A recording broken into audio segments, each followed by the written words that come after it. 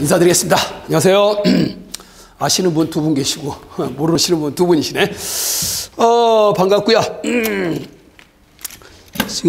이 강좌도 갑자기 또 맡아가지고 어리버리하긴 한데 일단 6월 24일 날 또 그다음에 6월 17일 날 서울시하고 지방직 있죠. 그래서 6월 24일 대비 그렇죠? 서울시죠. 서울시가 조금 난이도 면에서는 높은 것 같아요. 국가직이나 지방직보다. 그런데 그동안에 서울시는 이 문제가 공개가 안 되다 보니까 공개를 안 하는 이유는 딱 하나예요. 데이터베이스 그러니까 그 자료가 그러니까 문제은행식으로 이제 출제를 자기네들이 하겠다. 그러니까 문제은행식이라는 것은 한 번 낸 거 또 내고 또 내고 계속 써먹겠다는 얘기예요. 그러면 공개가 되면 안 되잖아요, 그죠?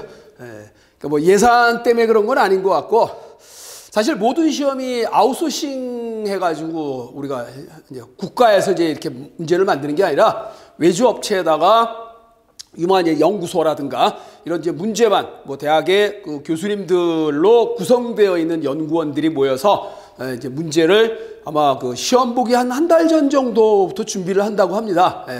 이제 우리나라 같은 경우는 그렇고 졸속적으로. 왜냐하면 문제 난이도가 전체적으로 봤을 때 높지 않기 때문에 그 변별력을 시간 싸움으로 우리가 해결하는 것 같아요. 그래서 여러분들 결국은 지식 싸움도 중요하지만 시간 싸움입니다. 두 가지를 여러분들이 병행을 다 하셔야 돼요. 기본적인 지식도 알아야 되지만 그걸 어떻게 빨리 푸느냐가 가장 관건입니다. 문제는 전공 과목에서는 시간이 왕창 걸리지는 않아요. 대부분이 이제 떨어지는 이유 중에 하나가 국어, 국사, 영어. 그래서 이제 영어 같은 경우에는 뭐 난이도가 높다기보다도 지문이 너무 길다 보니까 독해 같은 경우에 지문 긴 걸 다 1분 안에 풀기는 어렵잖아요, 그죠? 그래서 시간 싸움을 잘 안배를 하시면, 그래서 전공에서 시간을 좀 벌어서 국어, 국사, 영어에 이렇게 도움을 줄 수 있게 이렇게 컨트롤을 잘 하셔서 여러분들이 합격을 하시면 될 것 같아요. 대부분이 떨어진 분들 보면 또 그 영어 때문에 떨어지는 경우가 아마 거의 다 할 거예요. 뭐 이렇게 커트라인 점수보다 높은데 꽈락으로 떨어지신다든가. 그러니까 전공은 상당히 잘하는데 영어를 너무 못해가지고 35점 맞아가지고 떨어지는 경우도 그 참 많다고 합니다. 통계학적으로 나와 있는 거 보면. 그러니까 너무 무시해버리면 안 되죠. 어느 정도는 우리가 영어도 커버가 돼야 되는데 영어를 잘하면은 조금 굉장히 수월하죠. 그러니까 영어 점수가 커트라인 점수가 될 수 있다면 아마 합격은 그냥 때려온 당상이 아니냐 이렇게 생각이 됩니다. 그러니까 여러분들 이와 함께 준비하시는 거 이 기회에 이제 영어에 한번 몰입을 해보자. 그래서 이제 그 방법, 그냥 무조건 영어를 공부한다고 해서 여러분들이 점수가 좋아지는 거 아니잖아요.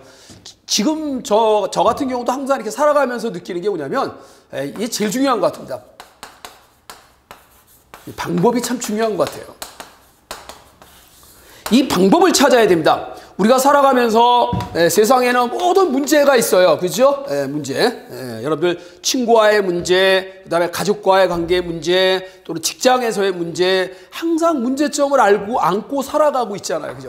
그러니까 문제가 뭐죠? 내가 지금 현재의 현상하고 그것에 대한 목표하고 이 갭이 많아지면 그게 이제 문제가 있는 거잖아요. 그죠? 야, 보통 니네 반의 평균이 80점인데 너는 왜 30점밖에 못 맞냐? 문재인 학생이죠. 평균이 80이니까 보통 사람의 점수가 80점인데 너는 30점이라는 것은 뭐야? 너무 못했다 이거야. 그 문제를 해결하실 수 있어야 돼요. 왜 내가 30점밖에 못 맞냐? 뭐 다른 놈의 대가리가 머리가 좋아서? 그럴 수도 있겠죠. 그럼 그걸 뛰어넘으면 되잖아요. 문제를 해결하는 능력을 여러분들이 가장 요즘에 4차 산업혁명의 가장 이제 교육이 뭘로 바뀌고 있냐면 NCS로 바뀌어요.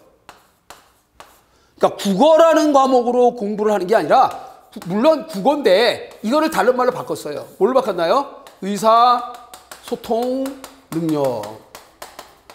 과연 그 사람이 의사소통 능력이 있냐 없냐?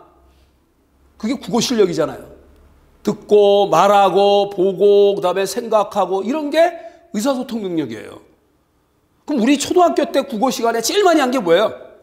어휘력을 키우기 위해서 비슷한 말 반대말을 많이 썼죠. 우리가 문장을 쓰다 보면 문장 속에 수많은 단어들이 나오잖아요. 그 의미를 알아야 대화가 되잖아. 말귀를 못 알아들으면 뭐예요? 바보치고 하는 거죠? 어휘력이 뛰어나야 돼요. 똑같은 단어를 계속 10번 쓸 수는 없잖아. 짜증나죠? 그래서 비슷한 말을 많이 알아야 돼요. 그리고 반대적인 거를 생각하기 위해서는 반대말도 많이 알아야 돼요. 근데 이제 의사소통 능력에서는 이제 뭘 하냐면 비슷한 말, 반대말은 가장 유의어라고 그러죠. 비슷한 말은. 그 비슷한 말, 반대말이 가장 많지만 그 다음에는 단어와 단어에 대한 관계가 있어요. 릴레이션. 데이터베이스가 바로 그거잖아요. 자료의 연관성, 관련성을 갖고 공부하는 게 자료 구조잖아요. 데이터베이스잖아요. 그죠? 똑같아요. 오히려 단어에서도 그런 연관성, 릴레이션을 알아야 돼요. 그래서 이 문장 속에 들어있는 그 단어의 관련성에 대한 것도 정확하게 어휘력을 키워야 된다 그런 얘기예요. 우리 한글은 그래도 덜한데요. 중국어 같은 경우, 영어도 마찬가지잖아. 한자의 배, 그런 거예요.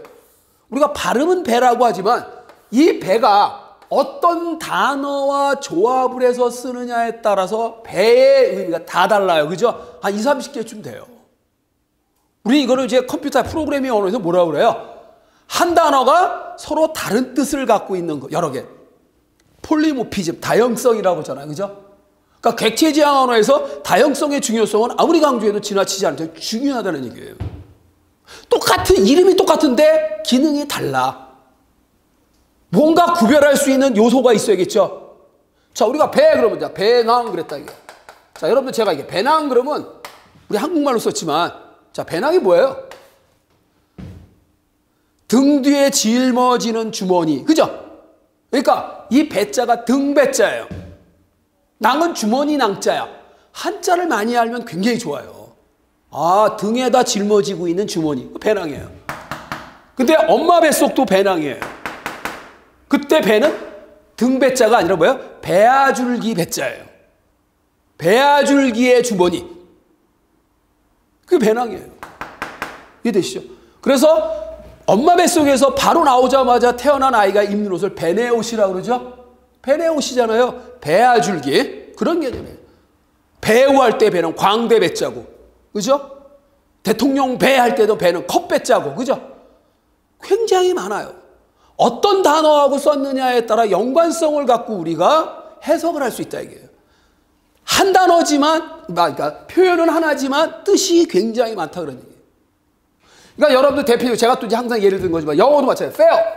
fair라는 단어가 우리가 이제 여러분들 단어 공부할 때 그랬잖아요. 뭐 이거 뭐 공정한 뭐 어쩌고저쩌고. 항상 영어 단어 공부할 때 한 단어가 한 뜻만 있는 거 아니잖아요. 그러니까 머리가 아팠죠. 어휘 여러분들 늘릴 때 단어 하나가 여러 개를 쓴다 그런 얘기예요. 그러니까 단어장 만들어가지고 맨날 그렇게 이제 들이다 달달달달 외웠다고요. 이건 죽은 교육이에요. 그렇게 하지 말고 fair하고 얘하고 같이 쓰는 단어가 뭐냐. 같이 쓰라 이게. 자, fair, 그 다음에 lady. 숙녀라고 하는 단어 앞에 fair가 붙어 이제 아름다운 숙녀라는 아름다운이라는 뜻이에요. 이거 같이 외우란 말이에요. lady하고 같이 썼을 때는 이 fair가 아름다운이 된다는 얘기예요. 그 다음에 fair, weather. 날씨. 그럼 아름다운 날씨는 아니잖아요. 그죠? 그죠? 공정한 날씨도 아니고, 그죠? 맑게 갠 날씨. 이렇게 이제 같이 외우란 말이에요. 영어 어휘력을 이렇게 공부하는 게 원칙이에요. 그러니까 한 단어를 어떤 명사가 붙느냐에 따라서, 이게 형용사니까 어떤 명사가 붙느냐에 따라서 의미가 조금씩 달라진다는 얘기예요. 전혀 다르잖아요. 그죠? 이게 다형성이에요. 모든 언어에는 다형성이 존재합니다. 최근에 여러분들 저 이번에 강의하는 게 이제 컴퓨터 일반이니까 컴퓨터 일반은 컴퓨터의 종합적 지식을 물어보는 거예요. 더 어려워요. 7급보다. 종합적인 난이도는 떨어질지 몰라도 광범위하게 알아야 돼요. 그래서 어려워요. 자, 그래서 이제 오늘 분석을 해드리는데 6번에 걸쳐서 6월 24일까지가 6번 정도가 아마 시간이 나올 겁니다. 그래서 6회에 걸쳐서 제가 서울시 대비를 해서 이제 문제 풀이를 해드리는 과정으로 되어 있는데, 일단 오늘 첫날이고 그래서 뭘 준비해야 될까라는 생각을 좀 많이 해봤습니다. 어쨌거나 여러분들이 그 기본적인 지식을 여러분들이 일단 갖춰놓고, 그 다음에 그 문제 속에서 무엇을 물어보는 문제냐, 요게 이제 가장 핵심 팁이라고 생각을 하시면 돼요. 그래서 일단 그 문제 푸는 요령하고 그다음에 좀 문제를 많이 풀어보는 게 아마 제일 좋은 방법이 아닐까 이렇게 생각이 됩니다. 빨리 풀어야 되니까 문제를 많이 풀어보고 같은 유형의 문제를 많이 풀어보는 게 최고로 좋을 것 같아요. 그래서 일단 원래 이제 서울시 대비니까 서울시 대비가 문제가 공개가 안 돼 있어가지고 많지가 않아요. 그래서 3회분 정도, 3회분 정도가 있고요. 4회분인가 3회분이 있는데 3회분, 그다음에 지방직 3회분, 그리고 이제 오늘 국가직 가장 최근에 봤던 올해 봤던 4월 8일 날 봤던 국가직 오늘 나눠드린 문제가 바로 그겁니다. 이렇게 해서 이제 한 총 7회 정도나 8회 이렇게 해서 이제 문제를 계속 풀 거예요. 지방직이 아마 4개인가 5개 정도 될 거예요. 있긴 다 있지만 그래서 최근 문제로 해가지고 이제 문제를 풀어드리는데 일단 스타일은 오늘은 이제 첫날이니까 그랬는데 짝퉁 문제를 제가 많이 만들 거예요. 짝퉁이 다 나쁜 게 아니죠. 명품의 짝퉁이라고 보시면 돼요. 그래도 역시 명품답게 짝퉁도 좋은 문제입니다. 제가 얘기한 짝퉁은 뭐냐면 그 출제됐던 기출문제와 유사하게 각색을 해서 더 뭐 수치를 바꾼다든가 뭐 위치를 바꾼다든가 아니면 약간 비슷하게 낸다든가 이런 스타일로 문제를 모의고사식으로 만들 거예요. 그래서 이제 그걸 먼저 수업 시작이 되면 드리고 15분 안에 풀어보시고 15분 안에 그리고 이제 기출문제 풀고 그 문제도 풀어드릴 거예요. 그래서 한 40문제 정도 푼다고 보시면 돼요. 이렇게 해서 한 10회분 이상만 여러분들이 이렇게 쭉 연달아 풀어보시면 기본 포맷이 여러분들이 머릿속에 각인이 돼요. 아, 이런 형태로 나오는구나. 뭐가 나오는구나. 그래서 뭘 공부해야 될지. 아까도 이제 방법이 참 중요한 것 같아요. 그래서 문제를 해결하는 능력은 그냥 앉아서 책만 들여다본다고 해결되는 게 아니잖아요. 뭔가 조금 방법에 대해서 생각을 해보라는 얘기예요. 그래서 여러분들이 이제 살아가면서 제일 중요한 게 바로 사고력이에요. 사고력. 사고력이 뭐예요? 한자로 얘기하면 생각하는 힘이잖아요. 그죠? 여러분들이 이공계통에서 가장 그 공부를 해야 될 게 바로 뭡니까? 우리가 살아가면서 뭐가 필요해? 바로 이제. 그래서 역학이 굉장히 중요합니다. 여기 뭐야? 힘력자죠? 우리가 힘을 얻기 위해서 여러분들 공부하는 거예요. 순수한 사람의 힘만으로는 우리가 뭐 103층짜리 건물을 못 지어요. 그죠? 질 수도 없습니다. 그렇잖아요. 그죠? 뭔가, 그 다음에 뭐 피라미드의 그 무덤도, 왕의 무덤도 2.5톤짜리 돌멩이를 450만 개를 쌓은 건데, 어떻게 사람이 순수하게 쌓겠습니까? 뭔가 힘이 얻어져야 그 무거운 돌을 어떻게 들어 올릴 거냐? 그러려면 힘이 있어야 돼요.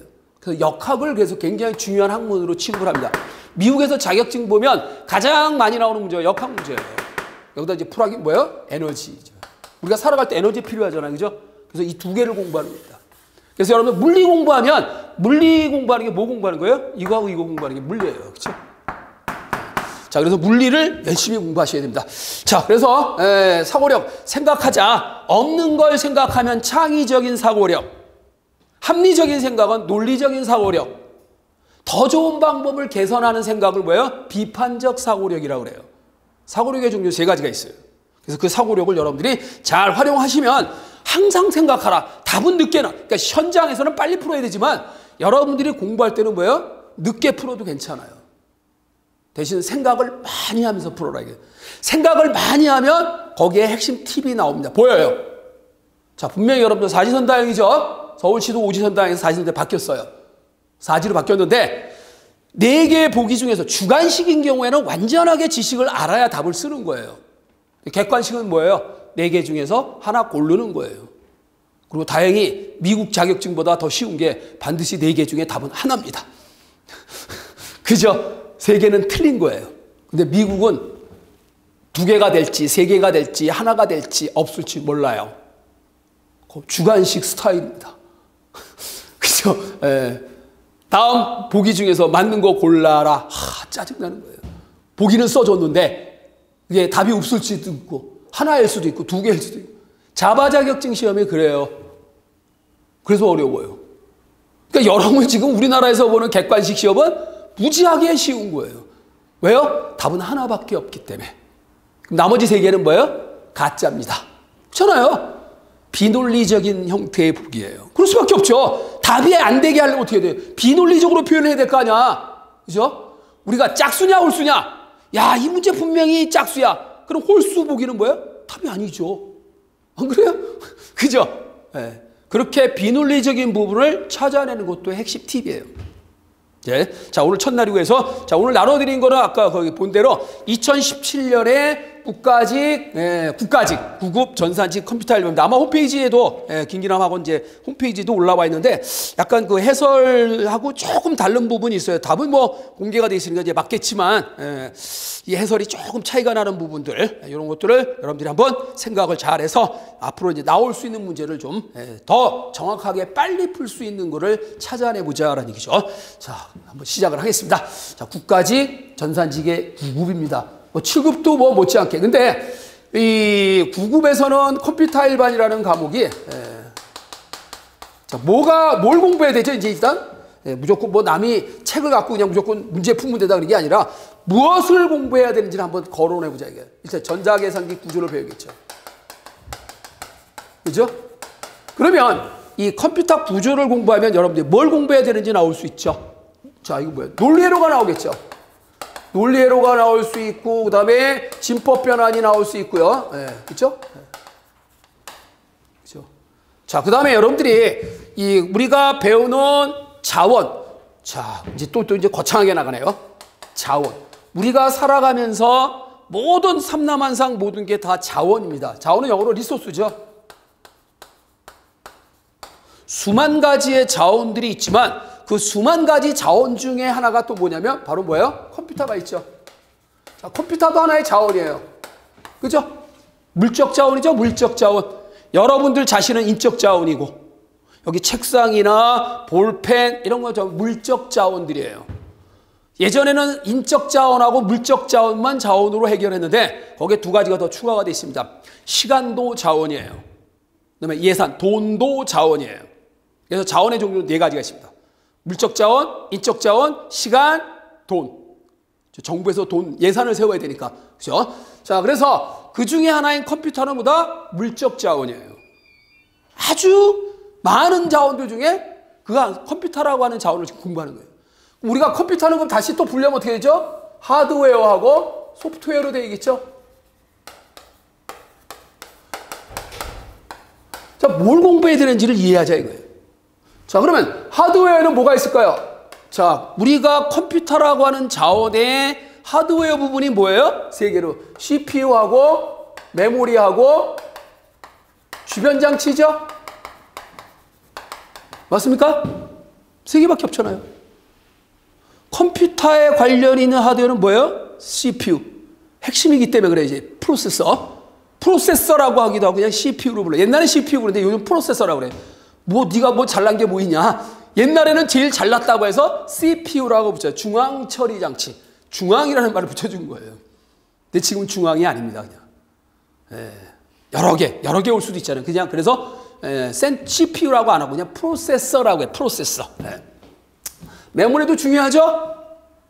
자, 그 다음에 주변 장치 중요하죠? 자, 모든 하드웨어는 순수하게 하드웨어만 갖고 우리가 일할 수는 없습니다. 항상 하드웨어에 소프트웨어가 따라다녀요. 그죠? 그 목적이 있잖아요. 그 하드웨어라는 도구의 목적이 뭐냐? 자, 소프트웨어. CPU와 관련 있는 소프트웨어가 뭐죠? CPU를 부려먹는 소프트웨어를 뭐라 그래요? 프로세스라고 그러죠? 프로세스예요. 이해하시죠? 프로세스. 자, 메모리와 관련해. 즉, 메모리 자체는 하드웨어지만 메모리의 용도가 뭐예요? 거기다 소프트웨어를 담으려고 한 거죠. 메모리 속에 들어있는 소프트웨어를 뭐라고 합니까? 메모리 속에 들어있는 소프트웨어를 뭐라고 그래요? 프로그램이에요.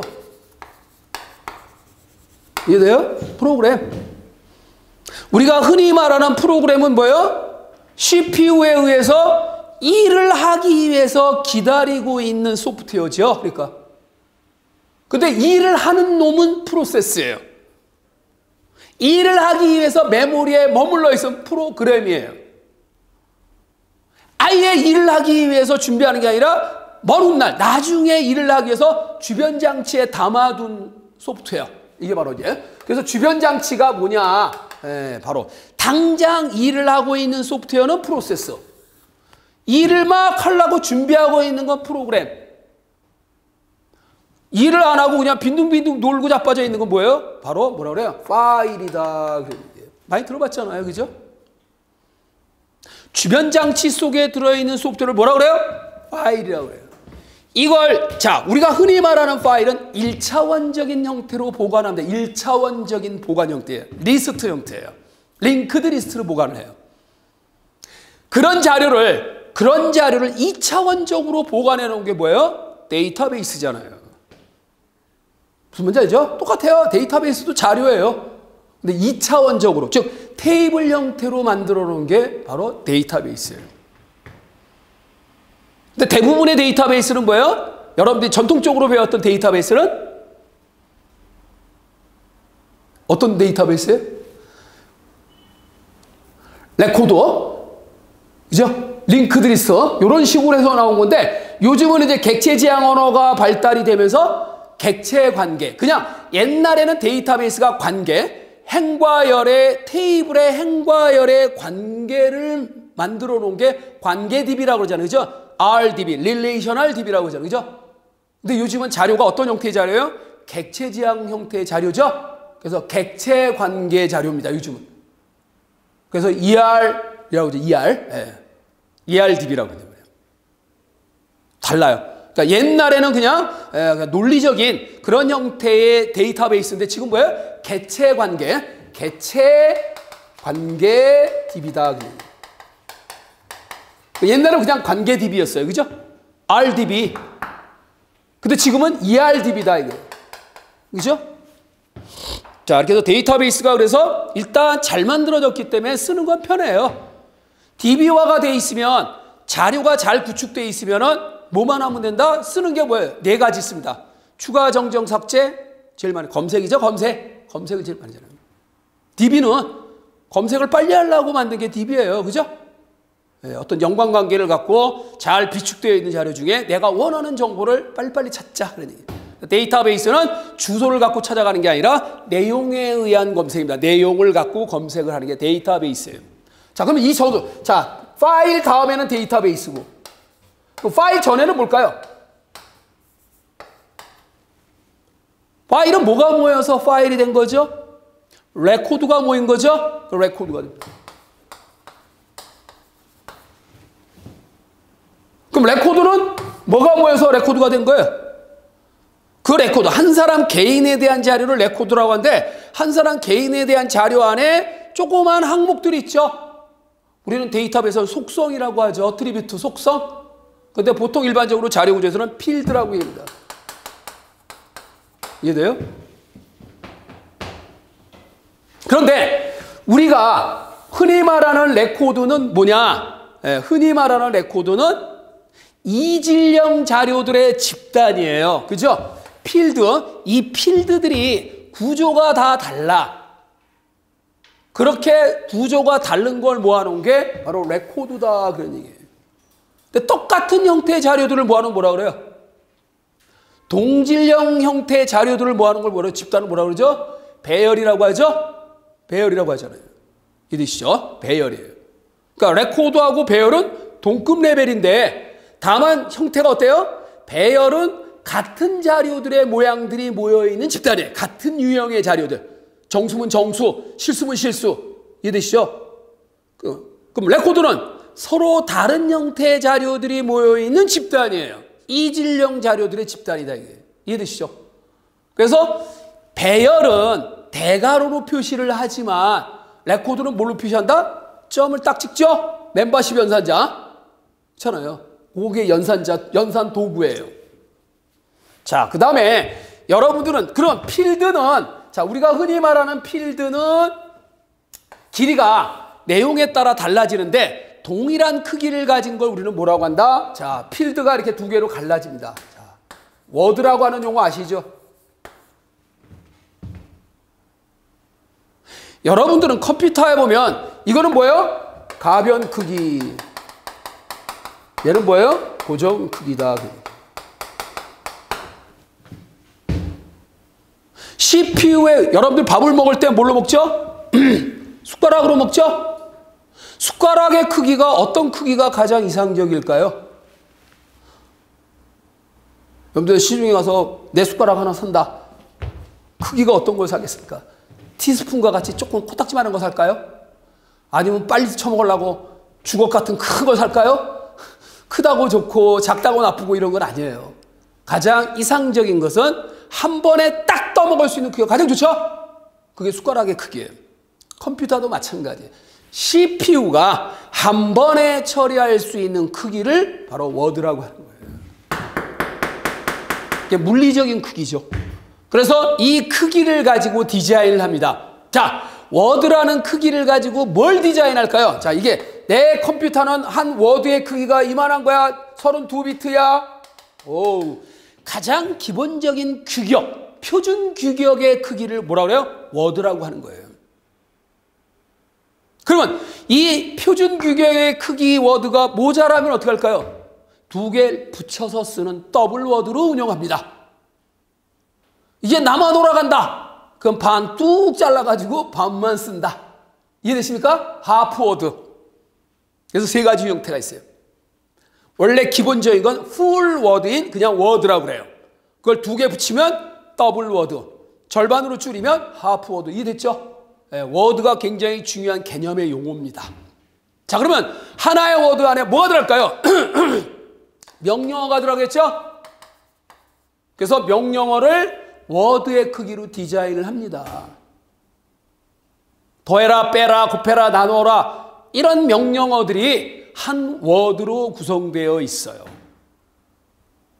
자료? 일반적인 컴퓨터에서 쓰는 자료는 기본적인 방이 워드의 크기를 가진 방이에요.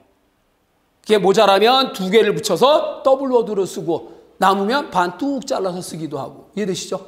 네. 워드가 굉장히 중요한 용어예요.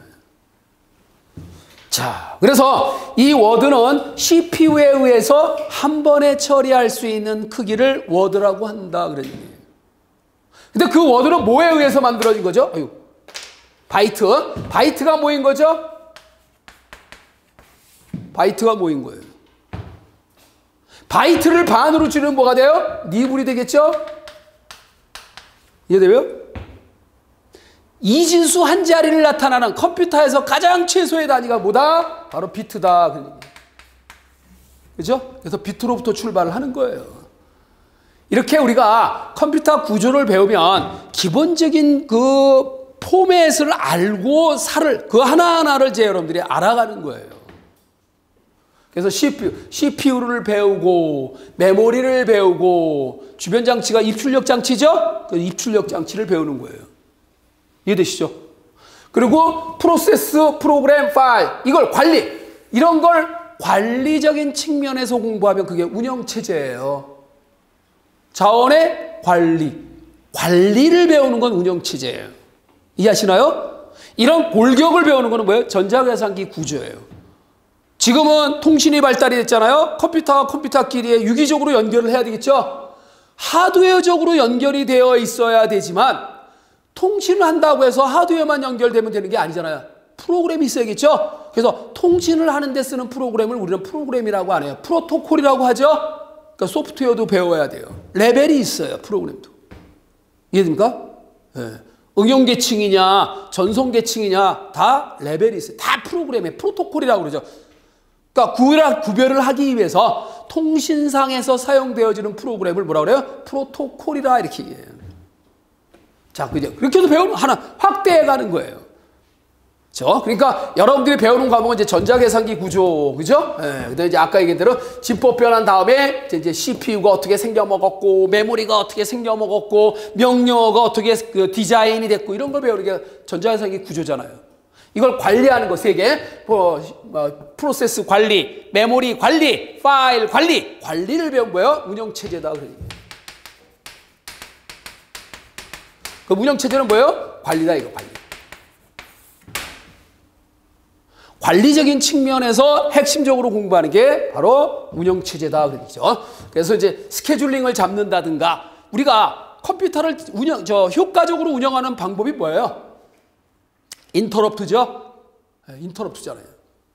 골고루 운영하기 위해서 뭐예요? 인터럽트에 의한 방식으로 운영하는 거예요. 물론 이 자원이 CPU가 많으면 인터럽트가 필요 없죠. 그냥 하나씩 다 주면 되잖아요. 그죠? 너는 이걸로 하고 너는 이걸로 하고 그죠?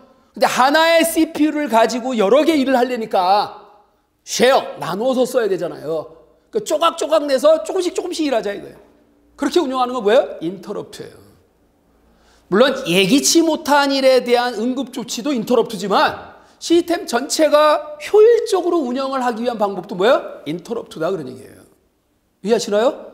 그러니까 컴퓨터 구조에서는 인터럽트가 뭐야? 예기치 못한 일에 대한 응급조치를 이제 전자계산기 구조에서는 그렇게 해석을 해서 배우고, 그 다음에 운영체제는 뭐예요? 전체적으로 효율적으로 운영하기 위한 방법이 인터럽트예요. 이해되시죠? 또 틀리나. 그 다음에 이제 여러분들이 이제 배우는 게 이제 데이터베이스. 예전에 데이터베이스라는 과목이 들어가기 전에 과목이 뭐예요? 자료구조라고 하는 과목으로 시험을 봤었어요. 그래서 원조가 자료구조고요. 자료구조는 너무 학문적이다. 말 그대로 수학이에요. 그래서 야 이거 너무 어렵다. 그래서 이거 빼고 데이터베이스로 바꾼 겁니다. 옛날에 오히려 수학을 봤어요. 수치 해석, 통계 이런 게 옛날에 정보처리기사 자격증 시험 과목이었어요. 그다음 뭘까요? 경영학적인 측면에서 운영하는 거를 소프트웨어공학이죠. 소프트웨어 공학이다. 전 개인적으로 참 좋은 과목 중에 하나입니다.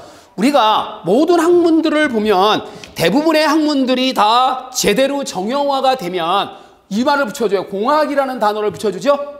전자공학, 전기공학, 미디어공학, 금융공학, 방송공학, 공학이라는 단어가 붙여주죠. 자, 공학이라는 단어가 붙으려면 어떤 자격을 갖고 있어야 돼요? 4가지의 자격을 갖고 있어야 돼요. 4가지. 공학자가 붙으려면. 첫째가 뭐예요? 메소드.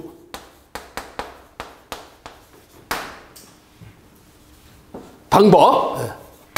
그죠? 그 다음에 툴. 도구가 중요합니다. 그 다음에 세 번째가 뭐예요? 프로세스. 자, 우리가 이렇게 공학이라는 단어가 붙은 정형화가 된 거는 뭔가 우리 인간에게 이익을 줄 수 있는 그런 역할을 하는 조직이에요. 그럼 뭐가 있어야 돼요? 패러다임이 있어야 돼요. 철학이죠. 그러니까 일종의. 여러분들도 살아가면서 우리 집안에 철학이 있어야 됩니다. 철학이 없는 집안은 콩가루 집안이에요. 그죠? 예, 근데 요즘은 인정을 안 하잖아. 옛날 같으면은, 교육자 집안이야. 그럼 뭐예요? 와, 엄청난 훌륭한 패러다임을 갖고 있는 집안이죠. 다 존경했잖아요. 그 교장 선생님 따님이십니까? 그러면, 존경합니다. 하는데. 지금은 뭐야? 뭐, 너도 선생님, 사람이다. 선생 똥 개도 안 먹는다 그랬으니. 근데 지금 보니까 요즘 개가 똥 먹는 건 못 봤는데, 제가 초등학교 시절에는 시골 가면 개가 똥을 엄청나게 먹었습니다. 먹을 게 없어서 그랬어요. 근데 옛날에 똥은 무공해 식품이에요, 그래도. 지금 사람 똥은 완전 공해로 그냥, 그러니까 안 먹는 거야. 더러워서 안 먹어. 근데 옛날 똥은 특히 어린아이가 싼 똥, 제일 좋아합니다, 걔가. 그냥 잽싸게 어디선가 날라와가지고 그냥 엉덩이 핥아먹는 거예요, 이제. 시골 가면 그렇게 길 가다가도 똥 싸잖아요, 이제 애들이. 그죠? 걔가 다 먹었습니다. 걔가 다 해결했어요. 먹을 게 없었던 시절인지 모르겠지만. 어쨌든 그 다음에 이제 우리나라는 또 그래서 요즘은 우리나라에서 대한민국에서 제일 이제 창피하다고 할 수 있는 패러다임 뭐냐? 교육자 집안 어디 가서 명함 못 내밀어요, 그죠? 꼰대라는 소리만 맨날 듣지, 그죠? 그 다음에 정치가 집안 별로 인정 못 받죠? 정치하는 놈들 다 나쁜 놈들이라고 그냥 아주 도매금으로 넘기잖아요. 근데 미국은 아니에요. 미국은 아직도 교육자 집안 훌륭합니다. 정치가 집안 훌륭합니다. 미국에서 정치가 집안 그럼 뭐예요? 케네디가의 사람들을 얘기하잖아요. 그죠? 케네디 대통령이 그만큼 훌륭한 정치를 했기 때문에 그런 거예요. 그래서 아놀드 슈워제네거 같은 경우는 뭐예요? 바로 잘 아시죠? 터미네이터 2에 나온 주인공. 그 초등학교 6학년 때 인생 계획을 세웠습니다. 자기의 목표는 40몇 살에 캘리포니아의 대통령, 주지사가 되는 게 목표였어요. 그걸 2년 단축을 했습니다. 대단한 사람이에요. 6학년 때 세운 계획이야. 벌써. 그러니까 주지사가 되기 위해서 뭐예요? 그것도 정치하는 사람이잖아요, 주지사가. 그래서 케네디가의 여자하고 결혼을 하려고 마음을 먹은 거예요. 그럼 케네디가의 여자하고 자기가 인기를 얻으려면 뭐예요? 생긴 건 못생겼으니까 어떻게 됩니까? 바로 이제 근육질의 남자를 만든 거죠. 그죠? 그래서 영화 배우가 됐고. 그래서 선택된 케네디가의 여자가 딱 찍으니, 야, 결혼하자. 그래서 정치에 입문을 한 거예요. 다 계획이 있는 거예요. 그냥 무조건 열심히 공부하면 돼. 아니야.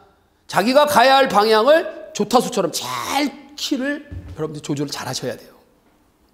이해됩니까? 때가 있어요. 잘 되면요. 계속 잘 돼가요. 안 되면 계속 뒤로 자빠져도 코가 깼잖아요. 그죠? 이상하게 그냥 뭔가 잘못되면 계속 잘못돼. 그죠? 머피의 법칙처럼. 근데 잘 되는 거는 뭐예요? 계속 잘 됩니다. 그렇다고 가만히 앉아서 잘 되는 거 아니에요. 자기가 어떤 행동에 옮겼기 때문에 잘 되는 과정으로 넘어가는 거예요. 준비가 돼 있기 때문에 잘 되는 겁니다. 준비가 돼 있기 때문에. 점쟁이가 야, 너 의사 될 것 같아? 그럼 기분 좋잖아. 그죠? 나 의사 될 것 같아. 그럼 가만히 앉아서 의사 되나? 아니잖아. 자꾸 의사에 관심을 갖죠. 이제 야, 나는 그래도 의사 된대. 그러면 뭐예요? 의학에 관심을 갖고 의학책을 보고 의대에 관심을 갖고 의대를 갑니다. 그래서 의사가 되는 거예요. 점쟁이가 되라고 해서 저절로 되는 거 아닙니다. 자기가 의사가 되려고 노력을 한 거예요. 넌 법관이 될 것 같아. 그럼 좋잖아. 자기 듣기 좋고 기분 좋으면 아 그래? 야, 나 법관 되는 실력이래. 그럼 계속 법에 대해서 자꾸 보게 된다. 그래서 어떤 집안이 가장 좋으냐면요. 아버지의 업을 대를 이어받는 집안이 쉽게 가능합니다.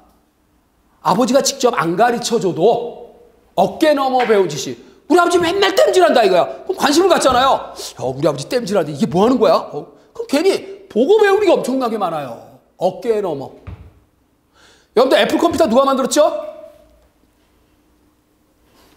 누가 만들었어요? 컴퓨터 만든 사람 누구예요? 애플 컴퓨터를 장사한 사람은 스티브 잡스예요. 장사를 한 거예요. 마케팅의 귀재입니다. 근데 애플 컴퓨터를 만든 사람 누구예요? 같이 이름이 똑같아. 스티브 워지니악이 만들었어요. 중학교 때에 이미 벌써 컴퓨터를 설계할 수 있는 능력을 가진 사람이었어요. 워지니악이. 물론 머리도 좋아요. 근데 어떻게 배웠느냐? 아버지가 바로 항공사 기술자예요. 엔지니어였습니다. 어깨 넘어 배운 게 대단한 거예요. 우리 아버지가 엔지니어다 이거야. 그런 기술자. 그래서 잡스도 능력이 있지만 워지니악이 컴퓨터 하드웨어를 만드는 능력이 더 뛰어났다는 얘기예요. 그래서 워지니악이 만든 거를 들고 다니면서 팔러 다닌 사람이 잡스예요. 이해됩니까? 판매의 귀재입니다. 잘 팔려요. 잘 팔았습니다. 돈이 많죠. 그래서 이 애플 잡스가 죽기 전에 그 애플사가 컴퓨터 현금 얼마 170조 원을 갖고 있습니다. 현금이. 회사에 벌어들인 돈의 현금이 170조 원이에요. 돈을 왜 이렇게 쌓을까? 우리나라 같으면 회사에 돈 현금 안 쌓아두죠. 다 부동산에 투자를 해가지고 땅 사고 뭐 사고 그죠? 건물 사고. 근데 미국은 안 그래요. 그런 부동산에 투자 안 합니다. 현금 그대로 갖고 있어요. 왜 그런지 아세요? 돈 더 벌려고 M&A를 하는 겁니다. 돈 될 만한 거 있으면은 파격적인 가격으로 사들여요. 대표적으로 왓츠앱. 세계에서 제일 많이 쓰고 있는 SNS가 왓츠앱입니다. 10억 명이 있습니다. 전 세계에. 10억 명이. 그 왓츠앱이라고 하는 우리나라 카톡 많이 쓰시잖아요. 그죠? 네. 근데 왓츠앱은 바로 우크라이나 출신 2명이 개발을 해서 페이스북이 그거를 산 거예요. 야, 그거 괜찮은 앱이다. 내가 돈 줄 테니까 팔어. 얼마에 산지 아세요? 18조 원에 샀습니다. 땡 잡았죠. 그죠? 그걸 개발한 사람이 운영 관리하려면 얼마나 힘들겠어요. 그죠? 그것도 불투명하고 돈 많은 놈이 다 그냥 집어삼킬 수도 있으니까 그때 얼씨구나하고 팔아야 돼. 근데 페이스북이 샀어요. 페이스북이. 돈이 있으니까 사는 거예요. 돈 되니까 산 거예요. 이해됩니까? 자, 아자왕이 만든 알파고. 누가 샀어? 구글에서 6천억에 샀어요. 6천억. 싸게 샀어요. 그 6천억 주고 산 알파고가 어마어마한 사업 효과를 봅니다. 6천억인데 몇백 조를 벌고 있어요, 지금. 기분 나쁘겠죠, 이제. 6천억. 아이씨, 나도 조 단위로 받아야 되는데 말이야. 그죠? 이럽니다. 그러니까 대기업이 호시탐탐 현금이 있으니까 현금을 보유하고 있기 때문에 얼마든지 좋은 앱이 나오면 바로 삽니다. 그때 바로 팔아야 돼요.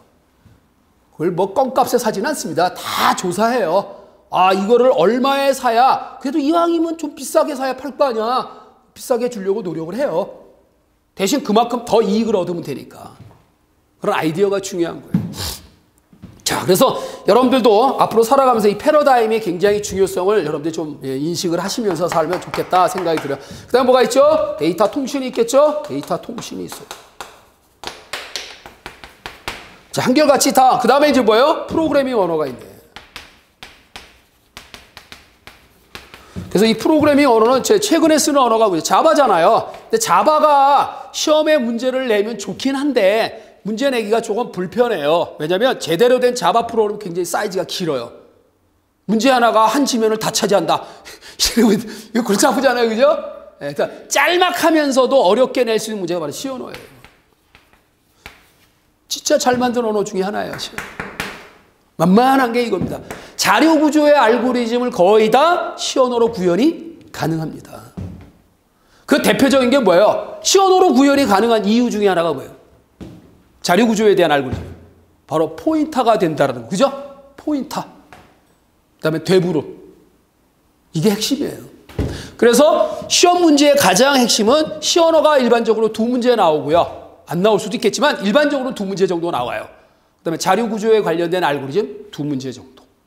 이해하시나요? 그만큼 중요한 겁니다. 거기서 3문제, 4문제를 차지하잖아요. 그러니까 여러분들 핵심적으로 공부해야 될 부분이 자료 구조, 자료 구조와 그다음에 C 언어, C 언어에 대한 거. 그중에 C 언어에서도 뭐예요? 바로 포인터. 포인터와 배부름에 대한 거를 정확하게 이해하시라 그런 얘기예요. 그럼 다 끝난 거예요. 주소만 여러분들이 확실하게 이해를 잡아놓으면 굉장히 쉬워져요. 대부름도 쉬워지고. 왜? 어차피 자료 구조의 운영은 뭐예요? 링크드 리스트, 트리, 그래프 그런 거잖아요. 그죠? 연결고리, 주소를 이용하지 않을 수가 없었어요. 그런데 사람은 정수형 자료를 처리하라는 건 잘하면서 주소 처리하라고 하면 주소가 굉장히 단순한데도 불구하고 어렵다고도 합니다. 더 쉬워요, 주소가.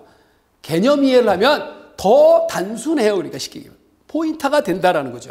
그래서 C 언어가 그래서 아직도 사랑받고 있는 언어 중에 하나가 아닌가 이렇게 생각이 됩니다. 자, 어쨌든 오늘은 그냥 첫날이어서 20문제 국가직을 원래 이제 서울시 대비이지만 다른 것도 지방직이나 국가직도 한 번쯤은 여러분들이 이렇게 포맷을 봐두시면 아마 여러분들 이런 문제는 어디서도 다 잘 나오는구나. 그런 유형을 찾아보라 그런 얘기예요. 단순히 문제 푸는 것만로 끝내지 마시고요.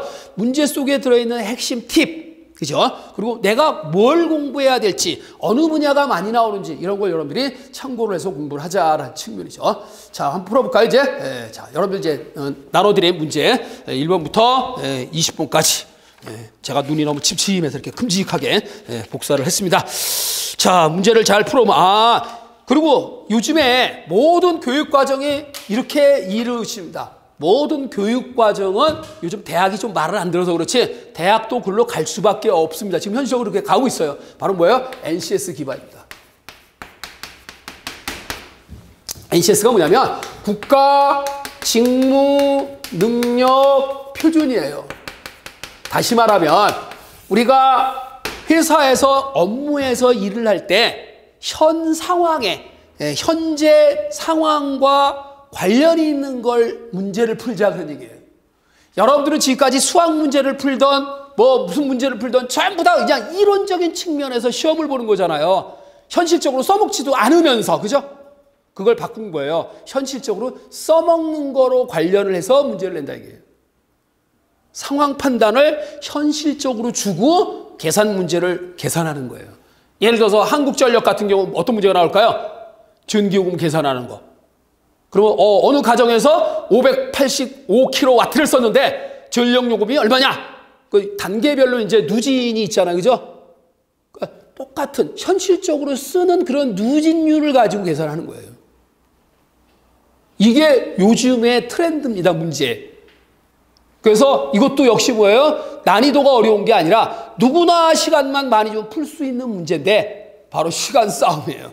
우리나라 시험은 죄다 시간 싸움으로 해결하려고 노력을 하고 있어요. 근데 사실 그게 중요한 게 아니잖아요.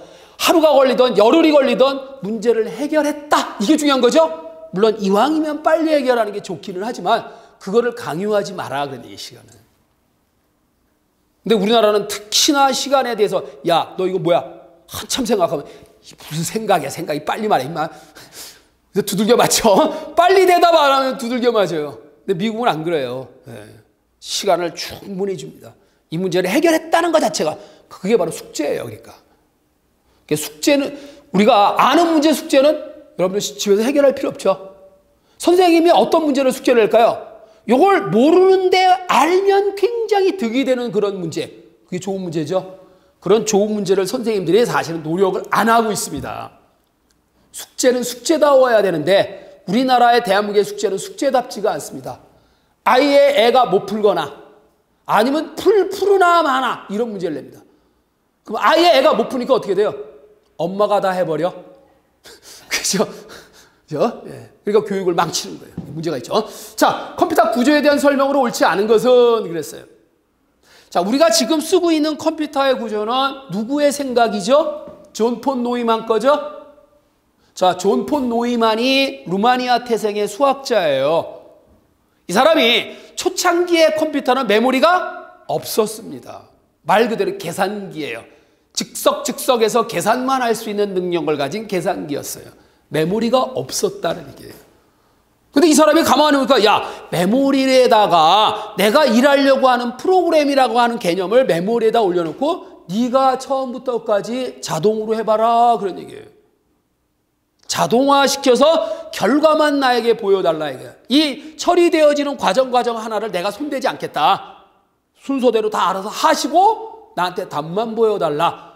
그러니까 내가 일하려고 하는 프로그램이라는 개념은 어디다가 집어넣어야 돼요? 메모리를 갖추자. 그게 프로그램 내장 방식이에요. 프로그램이 컴퓨터에 내장되어 있어야 돼요. 그게 바로 메모리를 갖추자 그런 얘기예요. 그래서 프로그램 코드와 데이터를 내부 기억 장치에 저장하는 방식이다. 맞죠? 이게 컴퓨터의 구조의 기본적인 거죠. 자, 그 다음 이제 두 번째 게 일단 우리가 존 폰 노이만이라는 사람의 이름을 이제 많이 했는데 노이만 구조라고 해요. 자, 그런데 최근에 와서 바로 이제 그 하버드 구조라고 하는 게 또 이제 바뀌었습니다. CPU가 요즘은 여러 개잖아요. 병렬 처리 개념으로 이제 자, 지금까지 CPU를 개발을 하면서 어떤 경쟁을 벌였어요? 개발 경쟁 중에 어떤 경쟁을 벌였을까요? 당연히 속도 경쟁이죠. 여러분들 컴퓨터 왜 써요? 인간보다 나은 점이 뭐예요? 어마어마한 계산 속도죠. 그것 때문에 우리가 컴퓨터 쓰는 거예요.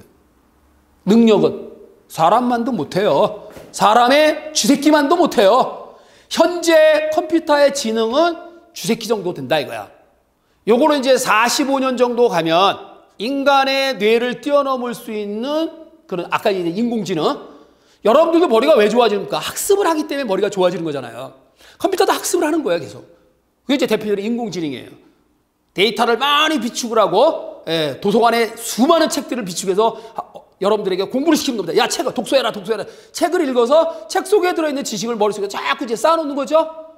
그래서 정리가 안 돼 있으니까 능력 있는 사람들은 뭐예요? 머릿속에 들어있는 지식이 어떤 연관관계를 갖고 있는지를 다 찾아내는 거죠. 여러분들 보세요. 친구 만날 때 야, 너 몇 살이십니까? 그랬을 때 나 몇 살입니다. 라고 분명히 했는데 이게 또 1년 지나고 2년 지나고 그런 거예요? 까먹어요. 그럼 그 사람의 본 나이만 그냥 암기하는 것보다 어떻게 여러분들이 외워요? 아, 저 새끼 나보다 2살 위구나. 그러면 안 잊어버리잖아요. 그죠? 내 나이에 따라 2살만 더 하면 되니까. 몇 년생이십니까? 라고 했을 때 연도를 외우는 것보다 여러분들 앞으로는 그렇게 물어보세요. 몇 년생이십니까? 라고 하지 마시고요.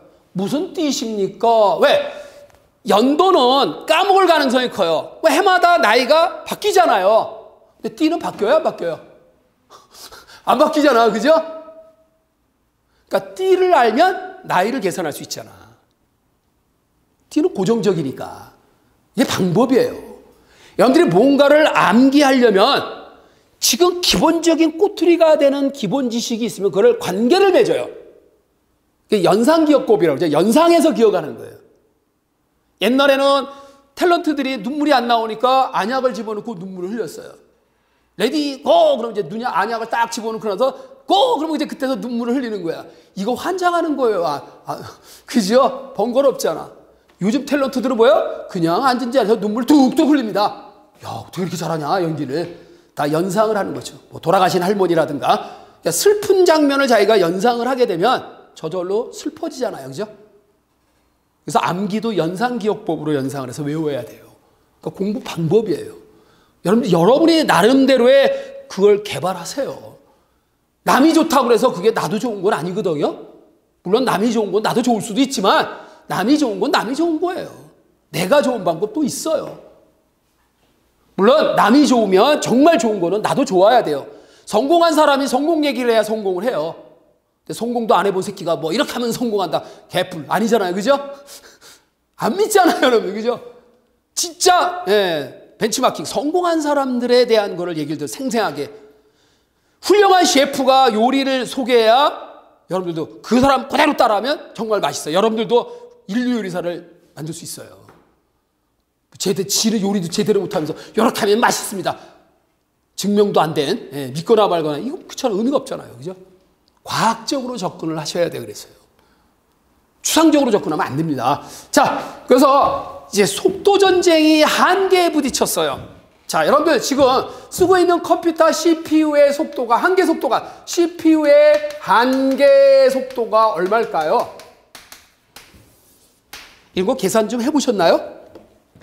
그러면 이 한계 속도를 계산하기 위해서 여러분들에게 근거를 제시할게요. 자, 일단 CPU 칩 크기가 1.5cm입니다. 가로 1.5, 세로 1.5cm예요. 요 안에 IC화가 돼 있어요. 속도를 빨리 한다는 건 뭐죠? 칩의 사이즈를 작게 해야 빠르겠죠. 거리가 가까워야 빨리 가죠. 이해되십니까? 이제는 1.5cm보다 더 작게 할 수가 없어요. 왜 그럴까요? CPU에 붙어 있는 다리가 무지하게 많죠. 핀이 많잖아요. 몇 개예요? 지금 여러분이 쓰고 있는 PC에 있는 그 CPU 칩 다리가 몇 개, 핀이 몇 개쯤 될까요? 한 4, 500개 돼요. 어마어마하게 많죠? 40개부터 출발을 했어요. 40개. CPU에 붙어 있는, 그러니까 4비트 CPU. 최초로 출범을 했던 CPU가 4비트 CPU예요. 아까 니블 단위. 4비트였다가 8비트였다가 16비트였다가 32비트였다가 64비트 이렇게. 이해되시죠? 그러면 그 CPU의 핀이 40개, 60개, 80개, 120개, 200개, 막 300개, 지금 이제 4, 500개가 된다 이거예요. 핀이. 기능이 많아지니까 핀도 많아질 수밖에 없죠. 자, 이것도 시험에 나온 거네요. 여기 뒤에 보면. 자, 그러면 CPU에 붙어 있는 핀의 종류가 3가지 핀이에요. 기능이. 핀이 하는 역할이 뭐예요? 자료가 지나가는 길이 핀이죠. 자료가 지나가는 거죠. 그죠? 뭔가가 지나가는, 이게 핀인데, 그 이진수의 자료가 어떤 의미의 자료일까요? 첫째, 자료 핀이죠. 자료가 지나가는 핀일 수 있죠. 그 다음에 두 번째는 주소의 의미의 핀이죠. 세 번째는 제어의 역할을 하기 위한 제어 핀이죠. 자, 핀의 역할의 종류가 3가지예요. 영어로 할게요. 데이터 핀, 어드레스 핀, 컨트롤 핀. 됐어요? 3가지 유형입니다.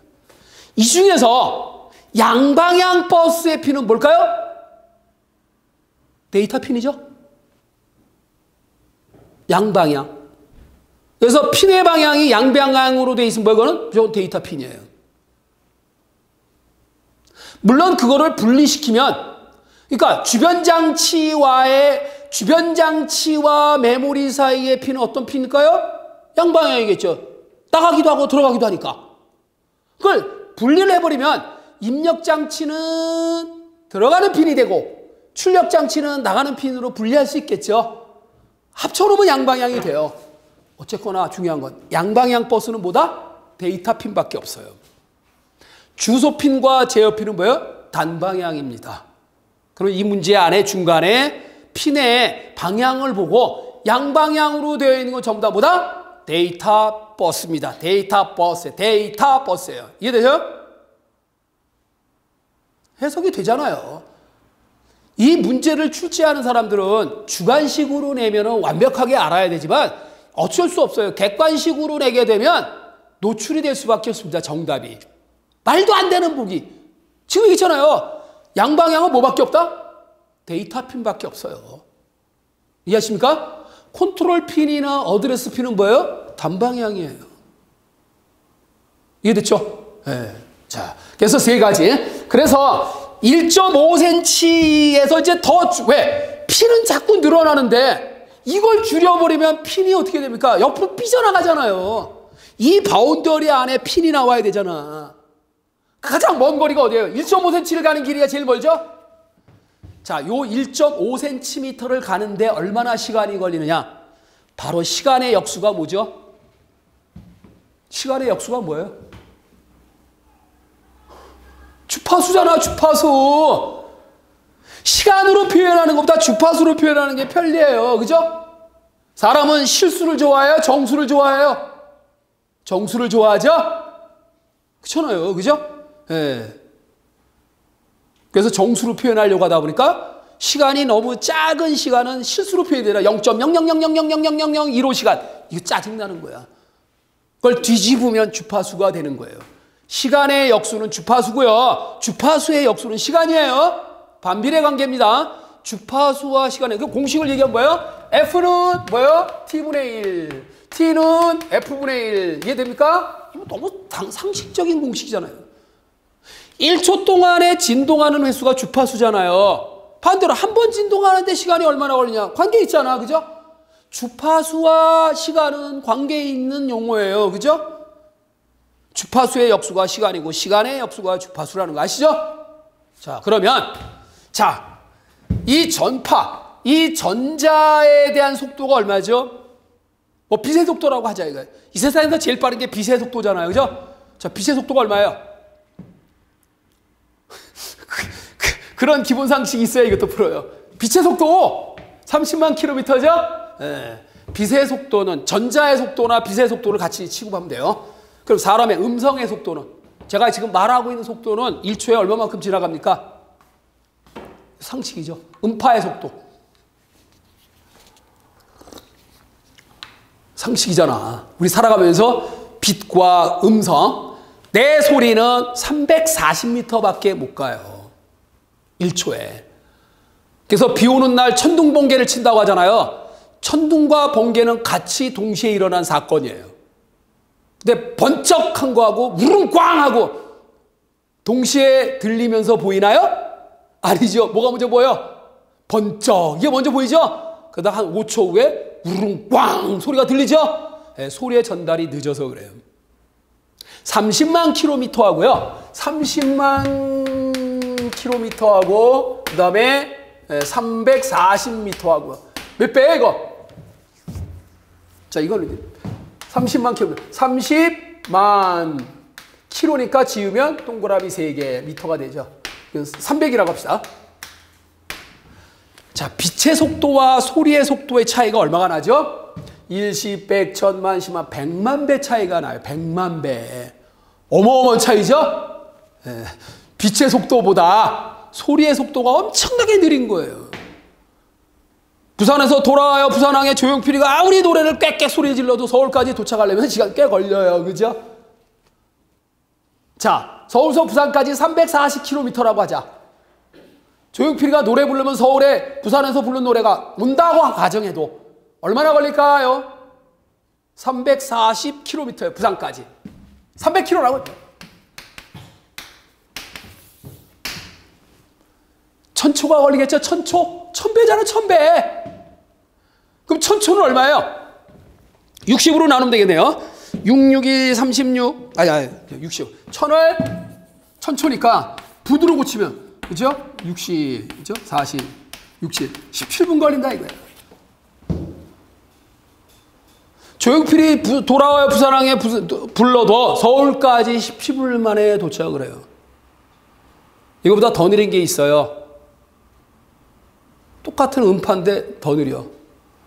초등학교에 들었던 엄마의 잔소리가 30년 뒤에나 들려요. 그 당시에는 잔소리로밖에 안 들리는데 성인이 돼서 어른이 되니까 엄마의 잔소리가 이제서야 들리는구나. 참 반성하셔야 돼. 그죠? 엄마는 항상 좋은 얘기 해주는 겁니다. 여러분들 잘 되라고 하는 거지 해코지 하려고 하는 소리는 아니잖아요. 그죠? 그게 굉장히 오래 걸려요. 자, 그러면 이걸 이제 계산을 하는 거예요. 자, 빛의 속도하고 여기서 여기까지 전파가 여기서 여기까지 가는데 얼마나 걸려? 시간을 구하는 겁니다. 1.5cm라는 거리를 빛의 속도로 간다면 시간이 얼마나 걸리느냐. 자, 그럼 빛의 속도가 어떻게 된다고 했어요? 자, 여기다 쓸게요. 빛의 속도. 빛의 속도는 뭐죠? 1초에 30만 킬로미터다. 이게 30만 킬로미터다. 이래요? 1초에 30만 킬로미터 가잖아요. 그죠? 이거는 X초에 얼마예요? 1.5cm. 이 비율을 계산하면 되죠? 맞습니까? 이거를 빛의 속도로 이동한다고 가정을 하고 요 1.5cm를 지나가기 위한 시간이 얼마나 걸리는지 계산해보자 이거야. 빛의 속도의 비율로 간다면 그러니까 빛의 속도가 1초에 30만 킬로미터니까 1.5cm를 가려면 몇 초 걸리냐. 이걸 방정식을 풀어달라 이거야. 1.5cm를 가는데 걸리는 시간이 얼마나 걸리냐 이거야. 이해되시죠? 그러면 안에 내부는 외부에 곱한 거 똑같다고 그랬지 이렇게? 그죠? 우리 학교 다닐 때 배웠잖아요. 그죠? 그럼 X는 어떻게 되죠? 자, 결론. X는 뭐예요? 30만 킬로미터 분의 1.5cm가 되겠네요. 그죠? 그런데 지금 우리가 구하는 이 X초는 시간이잖아요. 이거를 주파수로 나타내면 어떻게 해요? 주파수로. 이거 뒤집으면 되죠. 시간의 역수가 주파수라고 했잖아요. 그죠? 자, 이걸 뒤집어요. 뒤집겠습니다. 1.5cm 분의 30, 하나, 둘, 셋, 넷, 하나, 둘, 셋, 셋. 자, 여기는 미터고 여기는 센티미터니까 동그라미를 두 개를 더 붙이면 똑같아지겠죠, 단위가? 그죠? 단위 통일해야 되니까. 그래서 동그라미를 두 개를 더 붙이고 센티미터로 했어요. 이해됩니까? 그래서 이제 줄이고 줄였어요. 자, 요거 얼마예요? 요렇게. 1.5분의 30은 20이죠? 20이죠? 20이에요. 자, 20에다가 이제 뭐가 붙는지 보세요. 자, 동그라미 이렇게 하나, 세 개, 세 개, 세 개. 동그라미가 9개면 뭐죠? 동그라미 3개는 킬로. 그죠? 또 동그라미 3개 뭐예요? 메가. 그죠? 메가 후에 기가. 그래서 20GHz. 이해됩니까? 지금 여러분들이 쓰고 있는 가장 최근의 CPU의 속도는 일단 이론적인 한계는 얼마다? 20GHz. 근데 지금 쓰고 있는 PC에는 보통 얼마짜리 써요? 3기가 정도 되죠? 4기가 될 거예요. 그죠? 그러니까 지금 사람들이 이제 처음에는 뭐 455MHz 그러더니 막 이제 쭉쭉쭉 올라서 지금 매년 나오는 개발돼도 얼마예요? 헥헥거려요. 3기가에서 이제 더 이상 팍팍 올라가질 않아. 3기가에서 4기가, 4기가에서 8기가, 8기가에서 이렇게 올라갈 수가 없어요. 너무너무 기술적으로 힘든 거야. 저 속도를 줄이려고 하니까. 그럼 어떻게 합니까? 방법이. 자, 하나의 CPU의 기능을 높이는 건 이제는 한계에 부딪혔어요. 이론적인 한계는 20기가지만 3기가에서 더 이상 올라가지 못하고 있어요. 그럼 어떻게 해야 될까요? 그래서 나온 게 병렬 처리입니다. CPU를 하나만 하지 말고 여러 개를 투자해야 돼요. 그래서 알파고가 왜 잘난지 아세요? 알파고에 그 들어가는 프로그램 컴퓨터의 CPU 몇 개입니까? 2000개입니다. 그러니까 이길 수밖에 없어요. 2000명의 두뇌하고 이세돌이하고 싸운 거죠. 그죠? 네. 아마 5월달 끝날 무렵에 커제하고 또 둔다고 합니다. 세 판 두기로 했어요. 아마 팍팍 깨질 것 같아. 근데 만약에 이 커제가 이긴다면 이것도 어마어마한 이슈입니다. 이길 수가 없어요. 계속 시뮬레이션을 하는데요. 인터넷 바둑으로 누구나 그 알파고하고 두고 싶어 하는데 이게 사회에 노출되기가 어려우니까 인터넷 바둑으로 두고 시작했어요. 그래서 60명, 세계적인 유명한 바둑 고수들 60명하고 알파고하고 인터넷 바둑을 두되 다 불계승 깨졌어요. 다. 그렇게 잘 둡니다. 대박 났죠.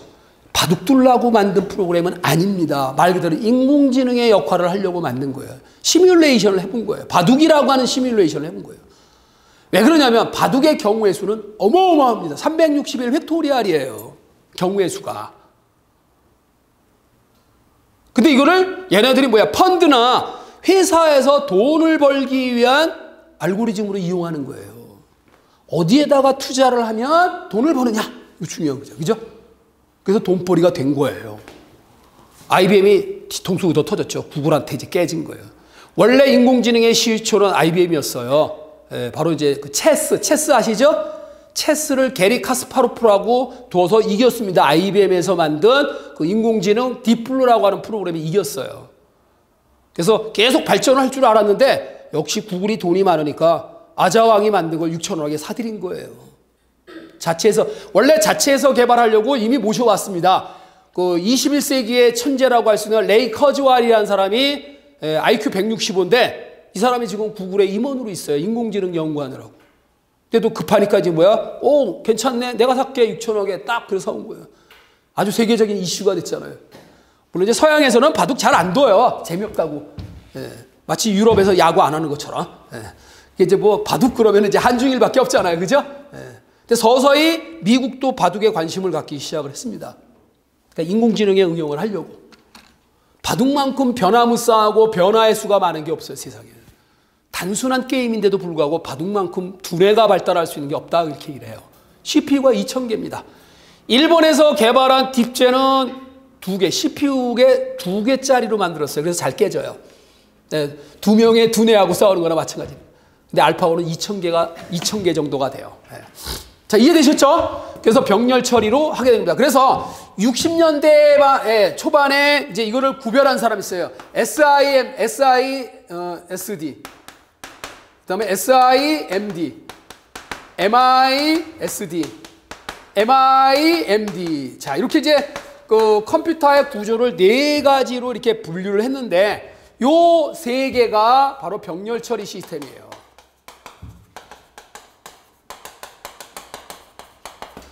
병렬 처리라는 것은 뭐냐면 우리가 흔히 말하는 병렬이 되려면 CPU가 여러 개가 있어야 돼요. CPU가 여러 개인 구조가 병렬 처리 시스템이에요. 자, CPU가 여러 개라는 걸 영어로 얘기하세요. CPU가 여러 개다. 멀티 프로세서. 이해됐죠? 그걸 병렬 처리 패러렐 시스템이라고 해요. 이해됩니까? CPU가 하나인 경우에 병렬 처리가 가능할까요? 안 되죠. 근데 효율을 높이기 위한 방법, 하나의 CPU를 가지고 효율을 높이는 방법은 뭐예요? 병렬이라고 이름을 붙이지 않습니다. 뭐라고 그래요? 병행 처리라고 합니다. 병행 처리라고 해요. 병행 처리. 컨커런트 시스템이라고 해요. 컨커런트 병행 시스템이에요. 병렬이 아니에요. 효율적으로 일을 하는 건 맞는데 병행 처리가 된다라는 것은 하나의 CPU를 가지고 효율적으로 이용한다 그런 얘기예요. 자, 그런데 아까 알파고는 CPU가 몇 개예요?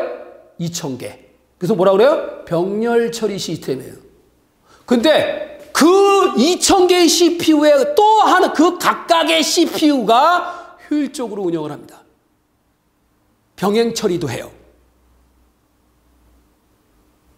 근데 몇 단으로 쪼갰냐? 10단으로 쪼갰어요. 그럼 10배죠? 자, 그럼 10배짜리가 몇 개예요? 2000개. 그렇게 몇 배예요? 2만 배의 효과를. 이해됐죠? 그게 슈퍼 스칼라 컴퓨터입니다. 이게. 이해되십니까? 그러니까 우리가 흔히 얘기하는 슈퍼 컴퓨터는 뭐예요? 병렬 처리 시스템이에요. 과학자들이 공학용 계산을 하기 위해서 테라플롭스, 테라 단위로 계산한다고 그러죠? 이론적으로는 말이 안 되는 거예요. 어떻게 CPU 하나가 기가헤르츠 단위의 CPU인데 어떻게 테라 단위의 성능을 갖냐 이거야. 가능한 이유는 뭐예요? 병렬 처리이기 때문에 가능한 거예요. 그러니까 과학자들이 쓰는 컴퓨터는 CPU가 여러 개인 병렬 처리 시스템이에요. 그런데 각각의 CPU를 또 뭐예요? 효율적으로 이용하는 방법이 병행 처리예요. 그게 파이프라인 처리입니다.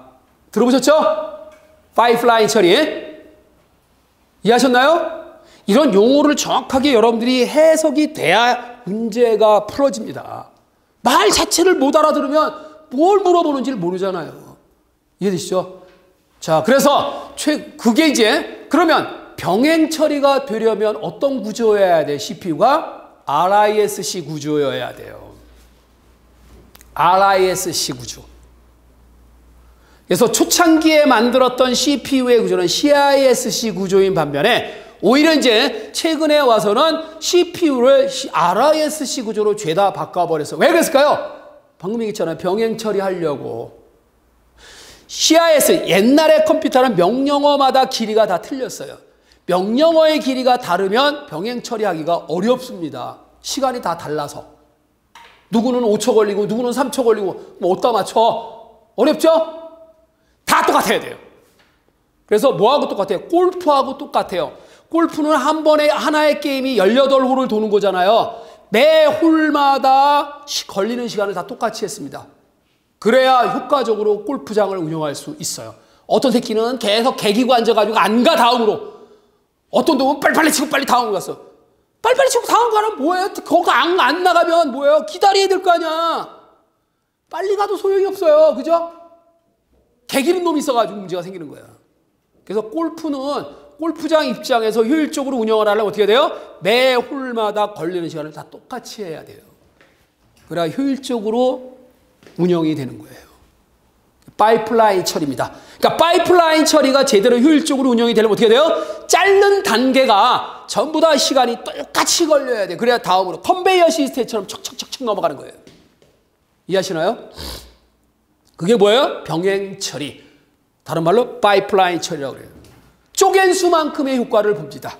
10단으로 쪼개면 10배, 4단으로 쪼개면 4배. 그것도 아마 서울신문제인가 나왔었어요. 그러니까 4단으로 쪼갠 그 CPU를 최대 효과를 보려면 몇 배냐? 4단으로 쪼개면 4배, 10단으로 쪼개면 10배. 말 되잖아요. 그죠? 그 계산 이제 공식이 유도가 돼야 돼요. 파이프라인 처리에 대한 공식 유도를 여러분들이 한번 생각을 해보라는 얘기죠. 자, 이게 이제 뭐 처음 문제이긴 하지만 이렇게 기본적인 지식을 갖춰놔야만 여러분들이 가능합니다. 자, 그러면 보세요. 그대로 읽으면 돼. 싱글 인스트럭션. 명령어가 하나고 데이터도 하나다. 그런 얘기예요. 당연하죠. CPU가 하나밖에 없기 때문에 하나의 명령어는 하나의 자료밖에 처리를 못하잖아요. 뭔 얘기시죠? 그런데 원칙은 CPU가 여러 개면 데이터도 여러 개 처리할 수 있죠. 근데 그 각각의 CPU가 독립적으로 운영하면 마지막 거예요. MIMD예요. 명령어도 멀티플 인스트럭션, 멀티플 데이터. 명령어도 여러 개고 데이터도 여러 개예요. 각각 따로따로 놀겠다 이거야. 이게 이제 가장 일반적인 구조예요. 우리가 흔히 말하는 보통 사람이 쓰는. 그런데 두 번째 구조가 바로 과학자들이 즐겨하는 스타일의 병렬 처리 시스템입니다. 슈퍼컴퓨터 구조예요. 잘 보세요. 싱글 인스트럭션 멀티플 데이터. 이 말은 CPU는 여러 개인데 선생님 명령어가 하나라면 CPU 100개 중에서 한 놈만 일하는 거 아니에요. 그 100개가 다 똑같은 일을 한다 이거야. 그러니까 CPU가 100개인데 야 더하기 해. 알았지? 그럼 100개가 모두 더하기라는 거예요. 다만 데이터는 다 달라. 그런 계산이 과학자들이 즐겨하는 계산. 매트릭스 행렬 계산 아시죠? 행렬. 여러분 이런 거 보셨어요? 아마 고등학교 때 한 번쯤 들었으니까 방정식 풀 때도 매트릭스로 계산하는 경우가 많이 있어요. 3, 4, 2, 1, 5, 8, 6, 3, 9 이런 행렬 더하기 1, 2, 9, 4, 2, 7 뭐 마이너스 3, 2, 5다. 이 행렬과 이 행렬을 더해주세요. 그럼 보세요. 몇 개 데이터가 더해지는 거예요? 9개가 더해지는 거죠? 근데 전부 다 더하기죠? 근데 데이터는 다 틀리죠? 더하기를 하는 건 9개지만 각각의 덧셈의 자료는 다 다르죠? 이런 구조의 컴퓨터를 뭐라 그래요? SIMD 구조라고 해요. 이해되세요? 이런 구조가 슈퍼컴퓨터입니다. 어레이 프로세서, 배열 처리기. 배열이라는 것은 뭐예요? 동질형, 같은 명령어들을 처리한다. 여러 개 다 그런 얘기예요. 그래서 어레이 프로세서다 이렇게 나온 거예요. 자, 그걸 뒤집어 놓은 게 MISD예요. 얘는 이론적으로만 존재하고 거의 사용 안 합니다. 그냥 일반적인 구조의 병렬 처리 시스템이에요. MIMD. 이해되시죠? 자, 이렇게 4개. 자, 그래서 이번에 뭐 병렬 처리 방식 중에 하나는 SIMD는 하나의 명령어를 처리하기 위해서 다수의 처리 장치가 동시에 동작하는 처리. 맞죠? 명령어는 하나예요. 그러나 그 CPU 여러 개가 똑같은 동작을 한다 그런 얘기야. 물론 데이터는 다 다르고요. 자, 3번이 이제 답인데요. 누가 더 그 명령어의 종류가 적어요? RISC. 자, 이 RISC의 R이 뭐냐? Reduced, 줄여버렸다 그런 얘기예요. CISC의 C는 컴플렉스, 복잡하다 그런 얘기예요. 복잡하다라는 말은 여러분들 어떻게 들려요? 부정적으로 들리죠? 나쁘게 들리잖아요. 그럼 긍정적으로 들리게 하면 뭐라고 해석을 해야 돼요? 복잡하다라는 컴플렉스라는 단어를 야, 쟤는 컴플렉스가 있나 봐. 그럼 좀 부정적인 단어죠. 근데 그거를 자, 잠실 운동장은 영어로 뭐라 그래요? 콤플렉스 스타디움이에요. 다양한 운동장이다. 그러니까 야구도 하고 축구도 하고 농구도 하고 다 하는 체조도 하고 그죠? 종합 경기장이잖아요. 그러니까 다양한이라는 뜻을 가졌어요. 콤플렉스가. 복잡하다라는 말은 그만큼 다양하다 그런 얘기죠. 그러니까 명령어의 종류가 다양하다는 얘기예요. 뭐 긴 것도 있고 짧은 것도 있고 그래서 CISC라고 이름 붙인 거예요. 자, 나쁘게 해석하면 뭐예요? 복잡한. 좋게 해석하면 뭐예요? 다양한. 됐죠? 그래서 너무 복잡하고 다양하니까 이걸 줄여보자. 쓰지도 않는 거. 괜히 쓰지도 않은 걸 자꾸 만들어놨단 말이야. 야, 이거 버려. 그래서 줄여버렸어요. 기존에 만들었던 CISC 구조의 CPU를 다 불필요한 거 다 걸러버린 거. 그게 뭐예요? RISC예요. Reduced, 줄였다 그런 얘기예요. 아주 단순하게 크기도 고정시켰고요. 명령어의 개수도 줄였어요. 이해되시죠? 그런 구조가 뭐예요? RISC예요. 이해하시나요? 네. 자, 잡다하게 하는 것보다 이렇게 꼭 필요한 명령어만 만들어 쓰자 그런 얘기예요. 그런 구조가 뭐예요? RISC 구조예요. 그래서 틀렸죠? 네, 3번은 바로 고정 명령어. 명령어의 길이가 고정된 건 RISC예요. CISC는 명령어의 길이가 달라요. 이해돼요? 복잡하니까. 그죠? 네, 3번 하나 딱 걸렸잖아요. 그죠? 이게 단순해요. 지금 물어보는 지식은. 근데 근본적인 CISC와 RISC를 모르면 당연히 해석이 될 수가 없죠. 자, 그다음에 4번이 뭐예요? 조금 전에 있던 파이프라인 기법은 하나의 작업을 다수의 단계로 분할하여 시간적으로 겹쳐서 실행하는 거죠. 그래서 처리율을 높이기 위한 방법이다 그런 얘기예요. 요즘 웬만한 CPU는 다 파이프라인 처리가 되는데 파이프라인 처리가 되기 위한 조건이 하나 있어요. 그 CPU는 어떤 유형의 CPU여야 돼요? RISC 구조여야 돼요. CISC는 안 되는 건 아니지만 비효율적이게 효과적이지는 못합니다. 자, 이게 그것도 약자가 나왔어요. CISC와 RISC의 컴플렉스냐 리듀시드냐 그런 얘기예요. 그래서 프로세스의 종류 요거는 제가 나중에 PPT 자료로 해서 드릴게요. 그래서 여러분들이 이런 걸 좀 한번 들어보시고 그다음에 이제 좀 아쉬우면 복습한다 그리고 이렇게 제가 드리는 PPT를 보시면 돼요. 아직 좀 정리가 좀 덜 돼 있어서 그런 거니까 바로바로 드릴게요. 할 때마다 이메일 주소를 받아가지고 여러분들한테 보내드리도록 할게요. 프로세서의 종류는 CISC가 나와 있고요. 그러니까 초기의 컴퓨터로 그다음에 RISC는 바로 이와 같이 나중에 나온 건데 CPI가 뭐예요? 클럭 퍼 인스트럭션. 명령어 하나를 처리하는데 소모되는 클럭 펄스의 개수가 1개 내지 2개예요. 중첩을 하기 때문에 그래요. 그러니까 원래 명령어 하나가 예를 들어서 10단으로 돼 있다. 근데 10단으로 돼 있으면 클럭 펄스가 10개 필요하다 이거야. 근데 이거를 10개를 쪼개면 뭐예요? 하나 처리하는데 클럭 펄스가 하나 필요하다는 얘기죠. 이걸 10개의 명령을 겹치면 어떻게 돼요? 어느 순간에 클럭 펄스 하나일 때마다 명령어가 하나씩 쪽쪽 빠져나가는 거예요. 그러니까 자동차 생산 공장에 가면 1분에 자동차 한 대씩 나와 그러잖아요. 그죠?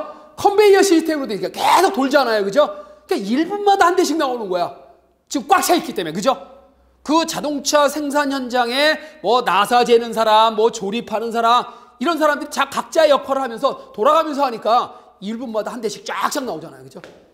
처음에 채워지기까지는 시간이 걸리지만 그 채워지고 나면 1분마다 한 대씩 자동차가 생산돼서 나온다. 그게 파이프라인 처리예요. 그게 이제 뭐 3차인가? 3차 2차 산업혁명에서, 자동화 3차구나. 산업혁명에서 바로 자동화 시스템, 컨베이어 시스템이 그렇게 해서 공장 자동화가 그렇게 해서 나온 거예요. 그 컨베이어 시스템이에요. 자, 뭐 참고하시기 바라고요. 읽어보시면 돼요. 자, 그래서 3번이 정답이 되겠고요. 그 다음에 중앙처리 장치의 레지스타 중 PC, 프로그램 카운터, IR, 인스트럭션 레지스터, MAR은 메모리 어드레스 레지스터, AC는 어큐뮬레이터. 자, 이 4개의 제어 장치 중에서 이 4개는 제어 장치예요. 레지스터지만 시스템이 전체적으로 원활하게 잘 돌아가게 하기 위한 역할을 담당하는 레지스터죠. 연산장치에 있는 자료가 들어가는 레지스터는 연산장치 소속이에요. 그래서 누산기는 사실은 연산장치 소속이에요. 왜냐하면 어큐뮬레이터는 뭐예요? 연산장치에 가장 가까이에 있는 자료가 보관되어지는 레지스터예요. 근데 나머지 3개는 뭐예요? 제어장치 소속이에요. 제어장치. 이해되십니까? 예, 그러니까 아까 얘기했죠. 데이터는 양방향 버스고요. 제어장치나 어드레스는 뭐예요? 단방향이에요. 이해되시죠? 예, 그려보면 나와야죠. 이제 그림 나올 거예요. 이제. 자, 그래서 그러면 여기서 주소가 들어가는 방은 뭐예요? 프로그램 카운터하고 MAR이겠죠? 그죠? 다음에 실행하려고 하는 명령어의 주소는 PC가 갖고 있어요. 프로그램 카운터. 프로그램이 카운터가 된다는 건 뭐예요? 명령어의 주소를 알고 있어야 카운팅을 할 거 아니에요. 1번지, 2번지, 3번지, 4번지 이렇게. 그죠? 그 다음에 인스트럭션이다. 명령어가 들어가는 레지스터를 명령 레지스터라고 그래요. 그대로 붙이면 돼요. 이 과학자들이 명칭을 부여할 때 자기만 알아듣게 명칭을 부여하는 게 아니라 누구나 알아듣게 하기 위해서 명칭을 부여했습니다. 자기만 알아듣게 이상하게 부여하면 지가 만들어 놓고 지가 몰라 나중에. 야, 뭐라 그랬지? 그죠? 근데 보통 사람들이 다 알 수 있게 이름을 지어주는 게 바람직하다 그래요. 이해되시죠? 자, 그럼 이제 나오네요. 자, 디귿이 뭐예요? 다음에 인출할 명령어의 주소를 보관한다. 뭐예요? 주소. 그러니까 주소가 들어가는 것은 MAR하고 PC라고 그랬잖아요. 그렇게 여러분들이 걸러내면 답이 있을 수 있어요. 자, 그러면 디귿은 PC가 되어야 된다. 그런 얘기예요. 그죠? 그럼 1, 2번 걸러내고 3, 4번 중에 하나겠죠? 그리고 아까 누산기가 뭐죠? 누산기. 데이터. 명령어를 실행을 할 때 그 결과, 데이터에 대한 결과나 처리하려고 하는 자료를 일시적으로 보관하는 게 누산기예요. 그래서 기억은 누산기가 되어야 된다. 답이 나오네. 4번 보기가 답이잖아요. 그러니까 4개를 다 알아야 되는 게 아니라 2개만 알아도 답이 결정이 되잖아요. 이해돼요? 물론 여러분들이 결정적인 걸 알게 되면은 한 방에 답이 나올 수도 있어요. 재수 좋으면 한 방에 답이 나올 수도 있어요. 그죠? 그러니까 누산기를 알면 아마 디귿이면 디귿이 답이고 리을이면 이제 경쟁을 벌여야 되고 기억이라면 한 방에 답이 나오잖아요. 그러니까 여러분들이 누산기에 대한 것이 확실하게 기억이야 그러면 한 방에 4번이라는 걸 답을 쓸 수 있잖아요. 그죠? 쉽죠? 객관식이 이게 맹점이에요. 그래서요. 여러분들한테 도움이 됩니다. 근데 이것도 모르고 그냥 미련하게 푸니까 답을 틀리게 써놓고 맞기를 바라고 앉아있으니까 안 되죠. 당연히. 그러니까 보기도 잘 보세요. 논리적으로 썼는지 안 썼는지 그런 걸 이제 팁에 의해서 찾아내시란 말이에요. 네, 그래서 답에 가까워지려면 자 여기 이제 그려져 있네요. 지금 양방향으로 돼 있는 건 누산기잖아요. 그죠? 네, MBR도 양방향이에요. 그죠? 메모리 버퍼 레지스터도 메모리와 연산장치 사이에 자료가 들어가고 나가기 위해서 거쳐가는 것이죠. 근데 IR하고 MAR하고 PC는 뭐예요? 단방향이죠? 그죠? 단방향이에요. 그죠? 왜? 들어오고, 그러니까 나가고 들어오고, 이게 원래, 자, 그래서 단방향으로만 통과가 된다 그랬는데, IR이라. 네, 그래서 양방향으로 되어 있는 게 아니다라는 거예요. 자, 그래서 답은 4번째가 정답이 된다. 그러니까 문제가 어려운 건 아닌데, 여러분들이 여기서 하나하나 작은 팁이라도 하나 가져가는 게 중요하다라는 거죠. 자, 이번에는 그러면 지금까지 했던 문제는 이제 전자계산기 구조 문제죠. 전자계산기 구조 문제고, 그 다음에 1번은 뭐예요? 이것도 컴퓨터 구조 문제죠. 전자계산기 구조 문제가 2문제가 연달아 이렇게 나왔고요. 자, 3번째. 이건 뭐 문제? 데이터베이스죠. 자, 이 데이터베이스에서 가장 많이 쓰는 용어죠. 트랜잭션. 트랜잭션이 해석이 어떻게 돼요? 변동, 변화시키는 자료, 그죠? 뭔가 변화가 되어야 되게 하기 위한 자료가 변동 자료를 트랜잭션이라고 그래요. 트랜잭션. 변동. 이런 게 변동이에요. 여러분들 티모니 카드에, 교통카드에 5만 원이 들어있어요. 그 5만 원이라는 금액을 변동시키는 요인이 뭐죠? 지하철이나 버스를 타는 행위. 그죠? 1250원을 까야 될 거 아니야. 그죠? 네. 내가 지하철이나 버스를 타면 그게 변동 자료다 이거예요. 그 내용을 변동시키기 위한 자료다. 이해되시죠? 회사 같은 경우는 이제 매달 월급 계산한다. 그럼 직책이 바뀌었다든가 주소가 바뀌었다든가 그럼 변동 파일. 그게 변형을 시켜야 될 거 아니야. 변동 파일. 변동, 갱신을 시키기 위한 자료를 변동 자료다. 트랜잭션 파일이다. 트랜잭션. 이해되시죠? 자, 그래서 어떤 변동 사건이 일어나면 제대로 완료가 돼야 되겠죠? 깔끔하게 끝나야 돼요. 근데 이 일을 하는 도중에 누가 끼어들면 뭐가 되죠? 문제가 생기는 거죠? 오류가 나오면 안 되잖아요. 그러면 만약에 어떤 내용을 변동을 시키는데 완료가 되거나 만약에 문제가 생기면 어떻게 돼요? 롤백, 뒤로 꺾고 이전 상태로 돌아가야 돼요. 중간에 하던 데서 그냥 멈추면 안 돼요. 이런 얘기하고 똑같아요. 자, 내 통장에 500만 원이 있고 저 친구는 100만 원이 있어요, 통장에. 근데 내가 150만 원을 저 친구한테 송금을 하게 돼 있어요.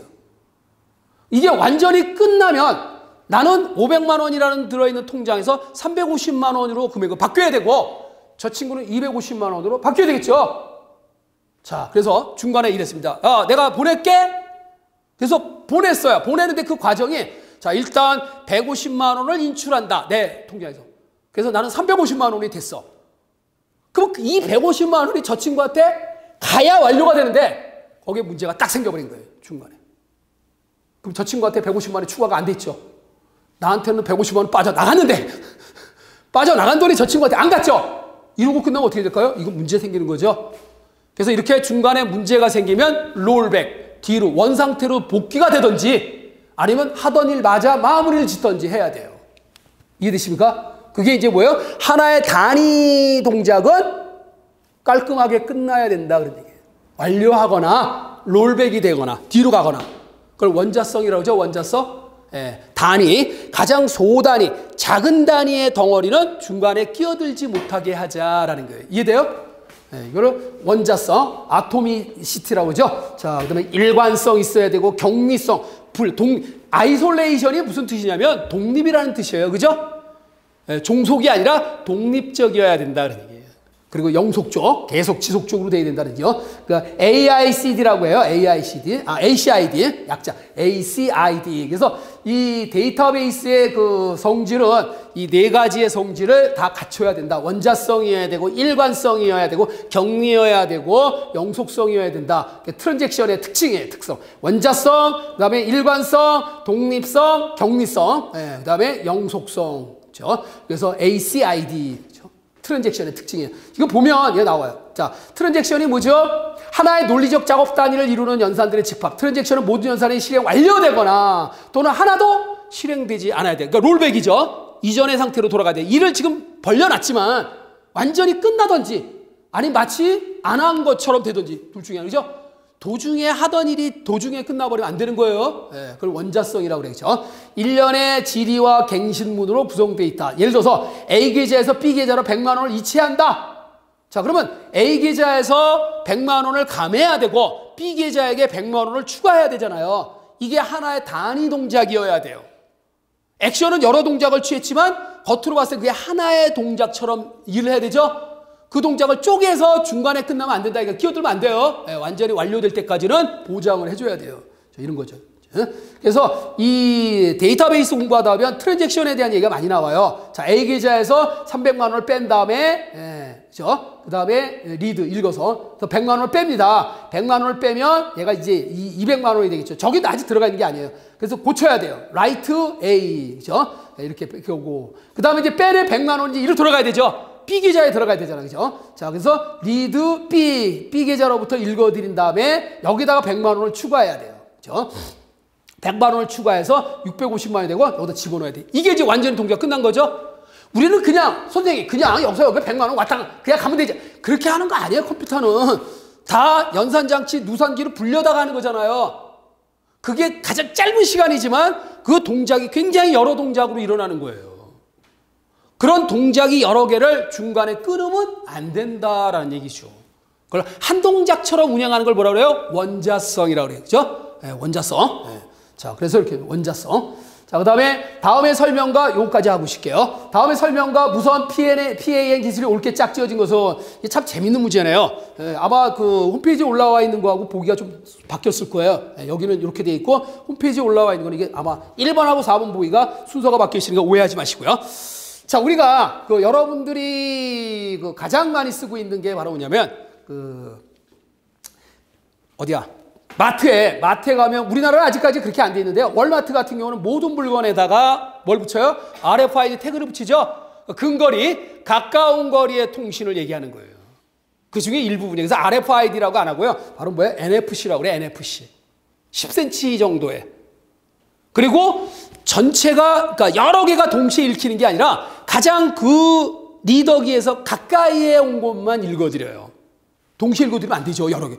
카트에 물건을 담았는데 담은 물건들을 다 한꺼번에 읽으면 안 되죠. 그죠? 예. 하나씩만. 근데 노터치. 바코드는 긁어야 되잖아요. 그죠? 터치를 해야 되지만 RFID, 즉 근거리 통신 NFC는 뭐예요? 예, 터치, 노터치다 그런 얘기. 그죠? 10cm 이내의 거리를 읽을 수 있는 기술. 그러니까 약 10cm 정도로 가까운 거리의 장치 간의 양방향 무선 통신을 가능해주는 기술, 모바일 결제 시스템의 활용을 많이 하죠. 뭐 삼성페이라든가 애플페이라든가 요즘에 이제 이런 게 그 선전 중국 같은 경우는 그 많이 활용을 하는 것 같아요. 그렇죠? 네. 자, 이런 것들. 그래서 NFC 그다음에 블루투스 뭐 파란 이빨이라고 하는 뜻이긴 한데요. 자, 그래서 다양한 기기 간의 무선으로 데이터를 통신할 수 있는 기술 에릭슨이 IBM 노키아 뭐 이랬죠. 규격으로 발표했다. 요즘 선전에 보면 왜 매장에 딱 도착을 하면 뭐 할인 쿠폰이 도착했습니다 하고 이렇게 이제 내 그 스마트폰에 뜨잖아요. 그죠? 그런 거 다 이런 걸 통해서 하는 거예요. 무선으로 인식할 수 있게. 얼마나 좋아요. 그죠? 내가 물건을 사러 갔는데, 야, 내가 빵 사러 가야지. 그런데 매장에 딱 들으니까, 10%, 20% 할인해 드리겠습니다. 그러면 기분 째지잖아요. 고객의 마음을 이렇게 감동시켜 줄 수 있는 그런 것들이 굉장히 많이 있어요. 그냥 뭐 별 필요 없는 사람한테 20% 할인해 주겠다 그러면, 이게 뭐야, 씨. 살려고 하는 사람 앞에 딱 들었을 때 한번 해줘봐요. 기분 째지죠. 다음에 또 와요. 그죠? 이걸 많이 활용하면 좋아요. 그 다음에 이제 그 여러분들 잘 알고 있는 그 도시가스 검침원들 일일이 사람이 눈으로 보지 않고요. 좀 멀리 떨어져 있는 지점에 있는 걸 다 한꺼번에 읽어드릴 때 보통 한 100m 정도까지. 그 지급이 기술이라고 그래, 지급이. 이게 이제 활성화가 되면 굉장히 좋아질 거라고 생각합니다. 그래서 아마 이 세 번째가 지급이 기술에 대한 거라고 생각을 하시면 되겠죠. 자, 여기 나와 있어요. 제가 그래서 정리를 다 해봤습니다. 스마트폰 위치 기반 서비스 기술이 이제 블루투스. 그리고 이제 NFC하고 이제 비교를 한 거예요. 블루투스와 NFC에서 쭉 나와 있습니다.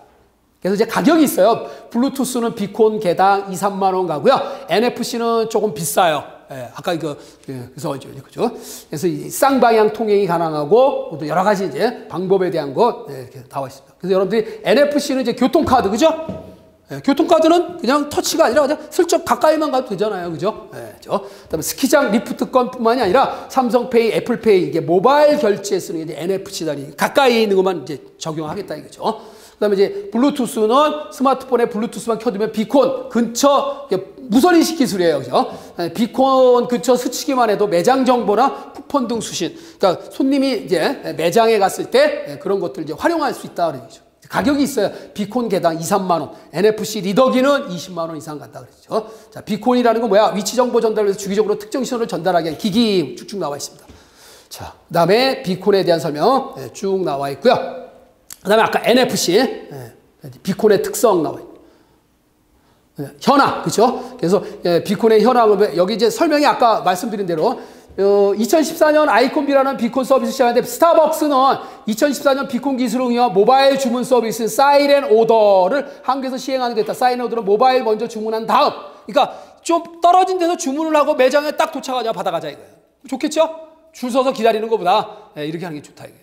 특히 미국 같은 경우는 지나가다가 차 안에서 직접 이렇게 사서 먹는 경우도 있잖아요. 그 멀리 떨어지는 데부터 주문을 해놓고 그리고 이제 가자마자 받아가지고 가면 편하잖아요. 도착해서 기다렸다 가는 것보다 훨씬 낫죠. 미리미리 이런 정보를 주고 가면 되죠. 그러니까 매장에 방문해서 음료를 받는 주문 서비스다. 비콘이 설치된 곳을 지나가기만 해도 정보 전달이 가능하다는 것이 향후 대형마트의 자동 결제 등에서 활용될 전망이다. 이제 굉장히 세상이 편해지고 있어요. 그렇죠?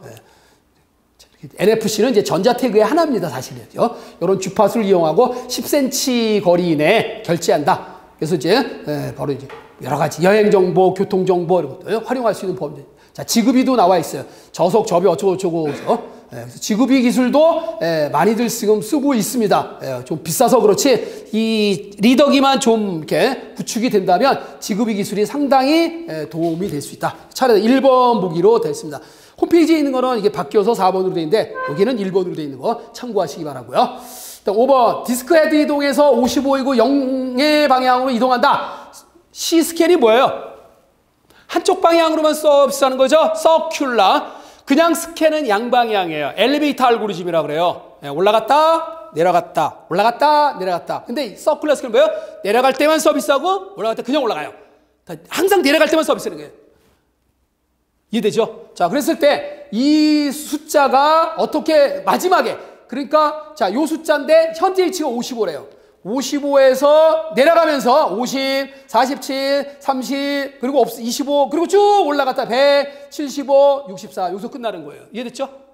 이게 서큘라 스캔으로 운영하는 거예요. 이해됐나요? 내려가기만 할 때만 서비스하는 거예요. 올라갈 때. 그러니까 25에서 100으로 올라갈 때는 가면서 서비스 안 해요. 마지막까지 그냥 쫙 올라갔다가 다시 이제 100부터 내려오면서 서비스하는 거예요.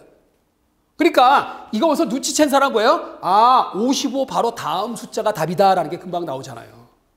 그죠? 55에서 바로 나오는 큰 숫자. 그죠? 거기서 끝나는 거잖아요. 55에서 출발해서 내려갔으니까. 그죠? 자, 이렇게 해서 답을 일일이 따지지 말고요. 눈치로 풀어야 돼요. 시간 절약을 위해서. 자, 그죠? 그래서 63이 된 거예요. 다음에 자, 아까 이제 말씀드린 문제예요. 양방향으로 되어 있는 거 뭐예요? 일단 C하고 F죠? C, E, F는 양방향이에요. 데이터예요. 근데 이제 우리 홈페이지에 올라오는 해설은 이 E를 그 제어선으로 했는데 아, 그럼 G는 뭐야? G도 제어선이잖아요. 그죠? 양방향으로 있을 이유가 없어요. 제어는 양방향으로 될 수가 없어요. 자료예요, 자료. 그리고 이건 불리한 거예요. B하고 입력장치를 통해서 들어가고 출력장치로 나가니까 이거는 뭐예요? 단방향이기는 하지만 분리를 해놨기 때문에 그런 거예요. 양방향에 대한 걸 분리해 놓은 거죠? 아, 입력은 들어가기만 하는 거잖아요. 출력은 나가는 거니까. 그러니까 데이터는 B, C, E, F, I. 됐어요? 나머지는 제어선이에요. 이해돼요?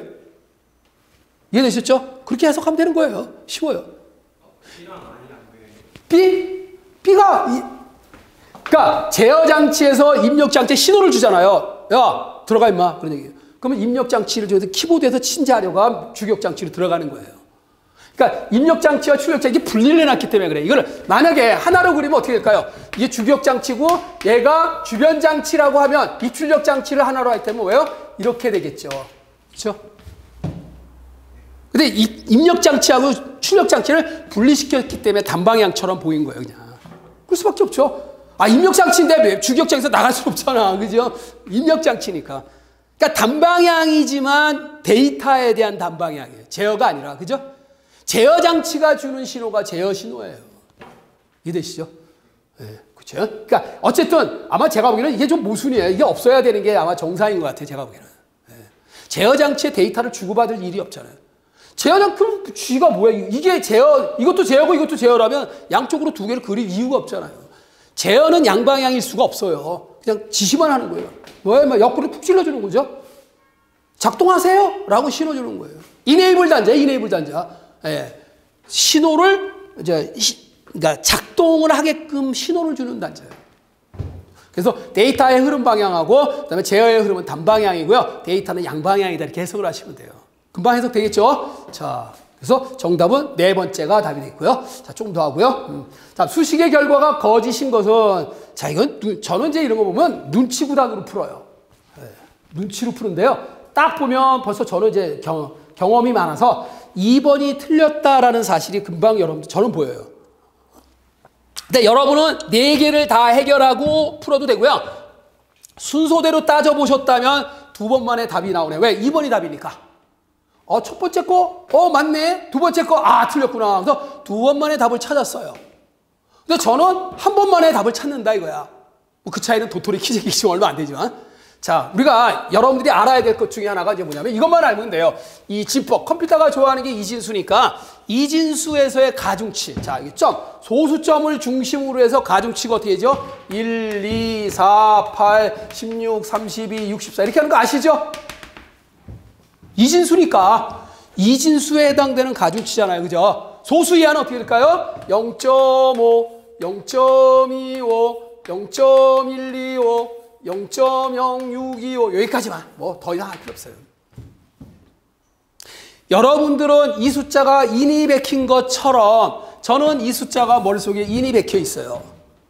아주 저하고는 친숙해요. 많이 봤으니까. 근데 여러분들 잘 다루지를 않으니까 별로 안 친숙하잖아. 그죠? 그래서 저는 0.125, 125다. 여기인데? 그러니까 001이다 이거야. 이진수로 고치면. 근데 011, 011이잖아요. 그럼 011은 뭐예요? 이건 375가 되는 거예요. 375. 0.25하고 0.16을 더해야 되니까. 그러니까 답이 딱 틀렸다는 게 나오잖아요. 이번에. 그죠? 아주 복잡한 숫자가 아니잖아요. 금방 눈에 보이는 숫자잖아요. 그러니까 답이 2번이 틀렸다는 게 답이 보여요. 그 어려운 거 계산할 필요 없잖아. 다른 거는 짜증나거든. 그래서 답이 눈에 쉽게 보이니까 복잡하게 해야 될 계산 안 해도 되는 거예요. 이해되시죠? 자, 그리고 좀 친숙해질 필요가 있어요. 1, 2, 4, 8, 16, 32, 64, 128, 0.5 반씩 줄어가요. 반. 이거의 절반, 이거의 절반, 이거의 절반, 이거의 절반, 절반, 그죠? 다 절반이에요. 이거의 절반. 물론 이렇게 뭐 2배 되는 거고요. 이해되시죠? 자, 점이 기준이에요. 그러니까. 자, 그래서 점 우쪽에 있는 건 정수. 그 다음에 소수 이하가 있으면 실수 이렇게 얘기하잖아요. 그죠? 그래서 어렵지 않죠? 10진수로 고친 거예요. EOD를 10진수로 고친 거다. 그런 얘기예요. 자, 물론 이제 이런 경우는 저는 이제 이렇게 생각을 해요. 만약에 이게 같다라고 물어봤을 때 EOD하고 524가 같냐라고 만약에 했다면 같지 않다라는 걸 금방 자명해 줄 수 있는 게 뭐냐면 524의 4는 짝수의 홀수예요. 짝수잖아요. 그런데 EOD의 D는 홀수예요, 짝수예요? 이제 손가락질하지 이제. 그죠? 홀수죠? 분명한 건 같진 않다 이거야. 그렇잖아요. 그 정도 센스가 있어야 돼. 자, 16진수에서 0부터 9까지 간 다음에 그 다음 뭐예요? A, B, C, D, E, F잖아요. A, B, C, D, E, F잖아요. 그러면 그 중에 짝수가 뭐예요? A, C, E. 에이스는 짝수예요. 이해돼요? 그 정도 이거 벌써 감각이 와야 돼. 이게 홀수다 짝수다 바로 보여야 된다니까. 0부터 9까지는 홀수 짝수의 개념이 이해가 되지만, 그죠? A, B, C, D, E, F는 별로 친숙하지 않아서 이게 해봐야 되죠? A는 10이니까 짝수, B는 11이니까 홀수, C는 12이니까 짝수, 그죠? 이제 눈에 들어와야 돼요. 이해하셨나요? 이진수는, 자, 이진수는 만약에 10, 10, 111, 0, 0, 0다. 이게 이진수예요. 어떤 수일까요? 8의 배수. 이 정도는 감각이 와야 돼요. 이진수에서 끝에 0이 하나면 짝수. 0이 스트레이트로 2개면 4의 배수. 0이 스트레이트로 3개면 8의 배수. 0이 스트레이트로 4개면 16의 배수. 이해됐죠? 그 정도 감각은 있어라. 그런 얘기예요. 그냥 가장 기본적인 짝수 홀수만 알아도 돼요. 이해되시나요? 0의 개수에 의해서 우리가 만약에 10진수에서 5, 2, 8, 0, 0이다. 이건 뭐예요? 100의 배수잖아요. 동그라미 10진수에서 동그라미가 하나면 10의 배수, 동그라미 2개면 100의 배수, 동그라미 3개면 1000의 배수 이렇게 되잖아요. 그죠? 컴퓨터는 이진수이기 때문에 2의 배수, 4의 배수, 8의 배수, 16에 이렇게 올라가는 거예요. 이해됐죠? 자, 10번까지 해보실게요. 자, 그래서 답을 이렇게 쉽게 구할 수 있게 빨리 여러분들이 문제를 보고 해결할 수 있는 능력, 이게 여러분들 능력이에요. 다음은 10초라도 단축을 시킬 수 있게 푸셔야 돼요. 그렇죠? 자, 그 다음에 문제 8번. 인터넷 서점에 대한 유스 케이스, 사용 사례. use라는 게 사용이라는 뜻의 단어잖아요. 사용 사례 다이어그램에 대해서 회원 등록 유스 케이스를 수행하기 위해서는 실명. 자, 회원을 등록을 하기 위해서 전에 뭘 해야 돼요? 실명 확인이 절차가 일어나야겠죠? 그러면 이 관계는 어떤 관계예요? 포함 관계죠? 네, 포함 관계죠. 독립적인 거는 그냥 확장 관계지만 포함 관계라는 것은 누구나 공통적으로 포함하고 있다 그런 얘기예요. 누구나 해야 될 일이다. 공통적인 모든 그 동작에서 공통으로 해야 될 게 포함 관계다 그런 얘기죠. 확장 관계는 더 추가된 거죠. 그러니까 독립적 성격을 띠죠. 그래서 유스 케이스 다이어그램이 다 있어요. 포함 관계, 확장 관계, 그죠? 그다음에 일반화 관계 세 가지. 각각에 대한 그 관계를 여러분들이 잘 인식을 하라 그런 얘기죠. 자. 그래서 정답은 포함 관계가 정답이 되겠고요. 자, 이건 좀 어려운 문제네. 그래서 이거는 사실 여러분들이 제가 이제 7급 전산직 자료구조 강의를 하지만 어쨌든 이런 시 언어 스타일이고 자료구조 문제 스타일이잖아요. 그죠? 이중 연결 리스트에서 이 가운데 있는 B노드를 삭제하려고 해요. 자, 이게 지금 화면 비율이 안 맞아가지고 이렇게 찌그러졌는데 이 네 개의 보기 중에서 모순된 걸 찾아라. 우선 모순부터 찾으세요. 그게 답이에요. 왜? 의사 코드 옳지 않은 거 찾아라. 그러니까 모순된 거 딱 하나밖에 없어요. 자, 우리가 두 문장의 식이 나오잖아요. 문장이 두 문장일 때 잘 보세요. 이 문장과 이 문장이 아무런 관계가 없다면 순서를 바꿔도 상관없죠. 네가 먼저 하나 내가 먼저 하나 아무 관계가 없으니까. 그런데 얘와 얘가 관련 있는 문장이라면 어떻게 돼요? 순서를 지켜야 돼요. 네 번째를 보면 네 번째 이제 그냥 결론적으로 해석할게요. 이 비논리적인 문장인데 네 번째가 사용되기 전에 값을 변화시키면 원하지 않는 곳으로 자료를 기억한다. 무슨 얘기냐면 보세요. A가 가리키는 next에다가 뭘 넣었잖아요. 그럼 A.next가 변했죠. 바꿨잖아. 근데 밑에서 뭐예요? A next. 만약에 A next에 대한 주소를 안 바꿨으면 안 바뀐 주소로 찾아갈 텐데 위에서 바꿔버렸잖아요. 바꿔버린 걸로 가보니까 뭐예요? 엉뚱한 곳으로 가게 되죠. 이해됐나요? 이건 프로그램에서 나타날 수가 없는 경우의 문장이에요. 비논리적인 문장이에요. 자, 이런 것부터 찾아내세요. 지금 오늘 첫날이기 때문에 요거 이렇게만 설명할게요. 나중에 이제 또 나오면 그때 자세하게 설명을 해드리겠습니다. 진짜 삭제하는 알고리즘이 뭐냐. 지금 설명해봐요. 머리 아파. 처음 오신 분은. 이제 들으신 분은 상관이 없는데 처음 오신 분은 머리가 아프죠. 그러니까 일단 비논리적인 문장부터 찾아라. 이해됐어요? 다른 거는 다 독립적인 문장이니까 상관없어요. 그렇죠? 요거하고 요게 비논리적인 문장이 되겠죠. 변형을 시켰는데 변형된 걸로 찾아가야 되잖아. 그죠? 그럼 안 된단 말이에요. 이걸 바꾼 경우는 괜찮아요. 바꾸면 괜찮은데 이 순서대로 했기 때문에 변경된 내용이 참조가 되는 거잖아요. 그죠? 네. 이해됐나요? 네. 자, 그래서 네 번째가 일단 비논리적인 문장이기 때문에 잘못된 문장이다라는 거. 자, 이거는 이제 통신 문제인데요. 이동 모바일 애드홈 네트워크. 그렇지? 이동 모바일 애드웍 네트워크. 그래서 MANET 약자로 쓴 거예요. 옳지 않은 것은 그랬습니다. 자, 그래서 이동 애드웍은 뭐냐면 모바일 애드혹 네트워크는 이동 노드만으로 구성된 네트워크니까 이동만 하는 거예요. 별도의 부수적인 장비가 필요가 없어요. 그러니까 액세스 포인터 같은 거 이런 게 필요가 없다 그런 얘기예요. 그렇죠? 네, 그래서 중재자를 필요로 한다. 지금 4번에 보면 동적인 네트워크 토폴로지를 효율적으로 구성하기 위한 액세스 포인터와 같은 중재자가 필요 없습니다. 그래서 네 번째가 옳지 않은 거 이렇게 참고를 해주시면 되고요. 자, 11번부터는 5분, 10분간 쉬었다가요. 다음 시간에 풀어드리도록 하겠습니다. 금방 풀 거예요 아마. 쉬었다 할게요.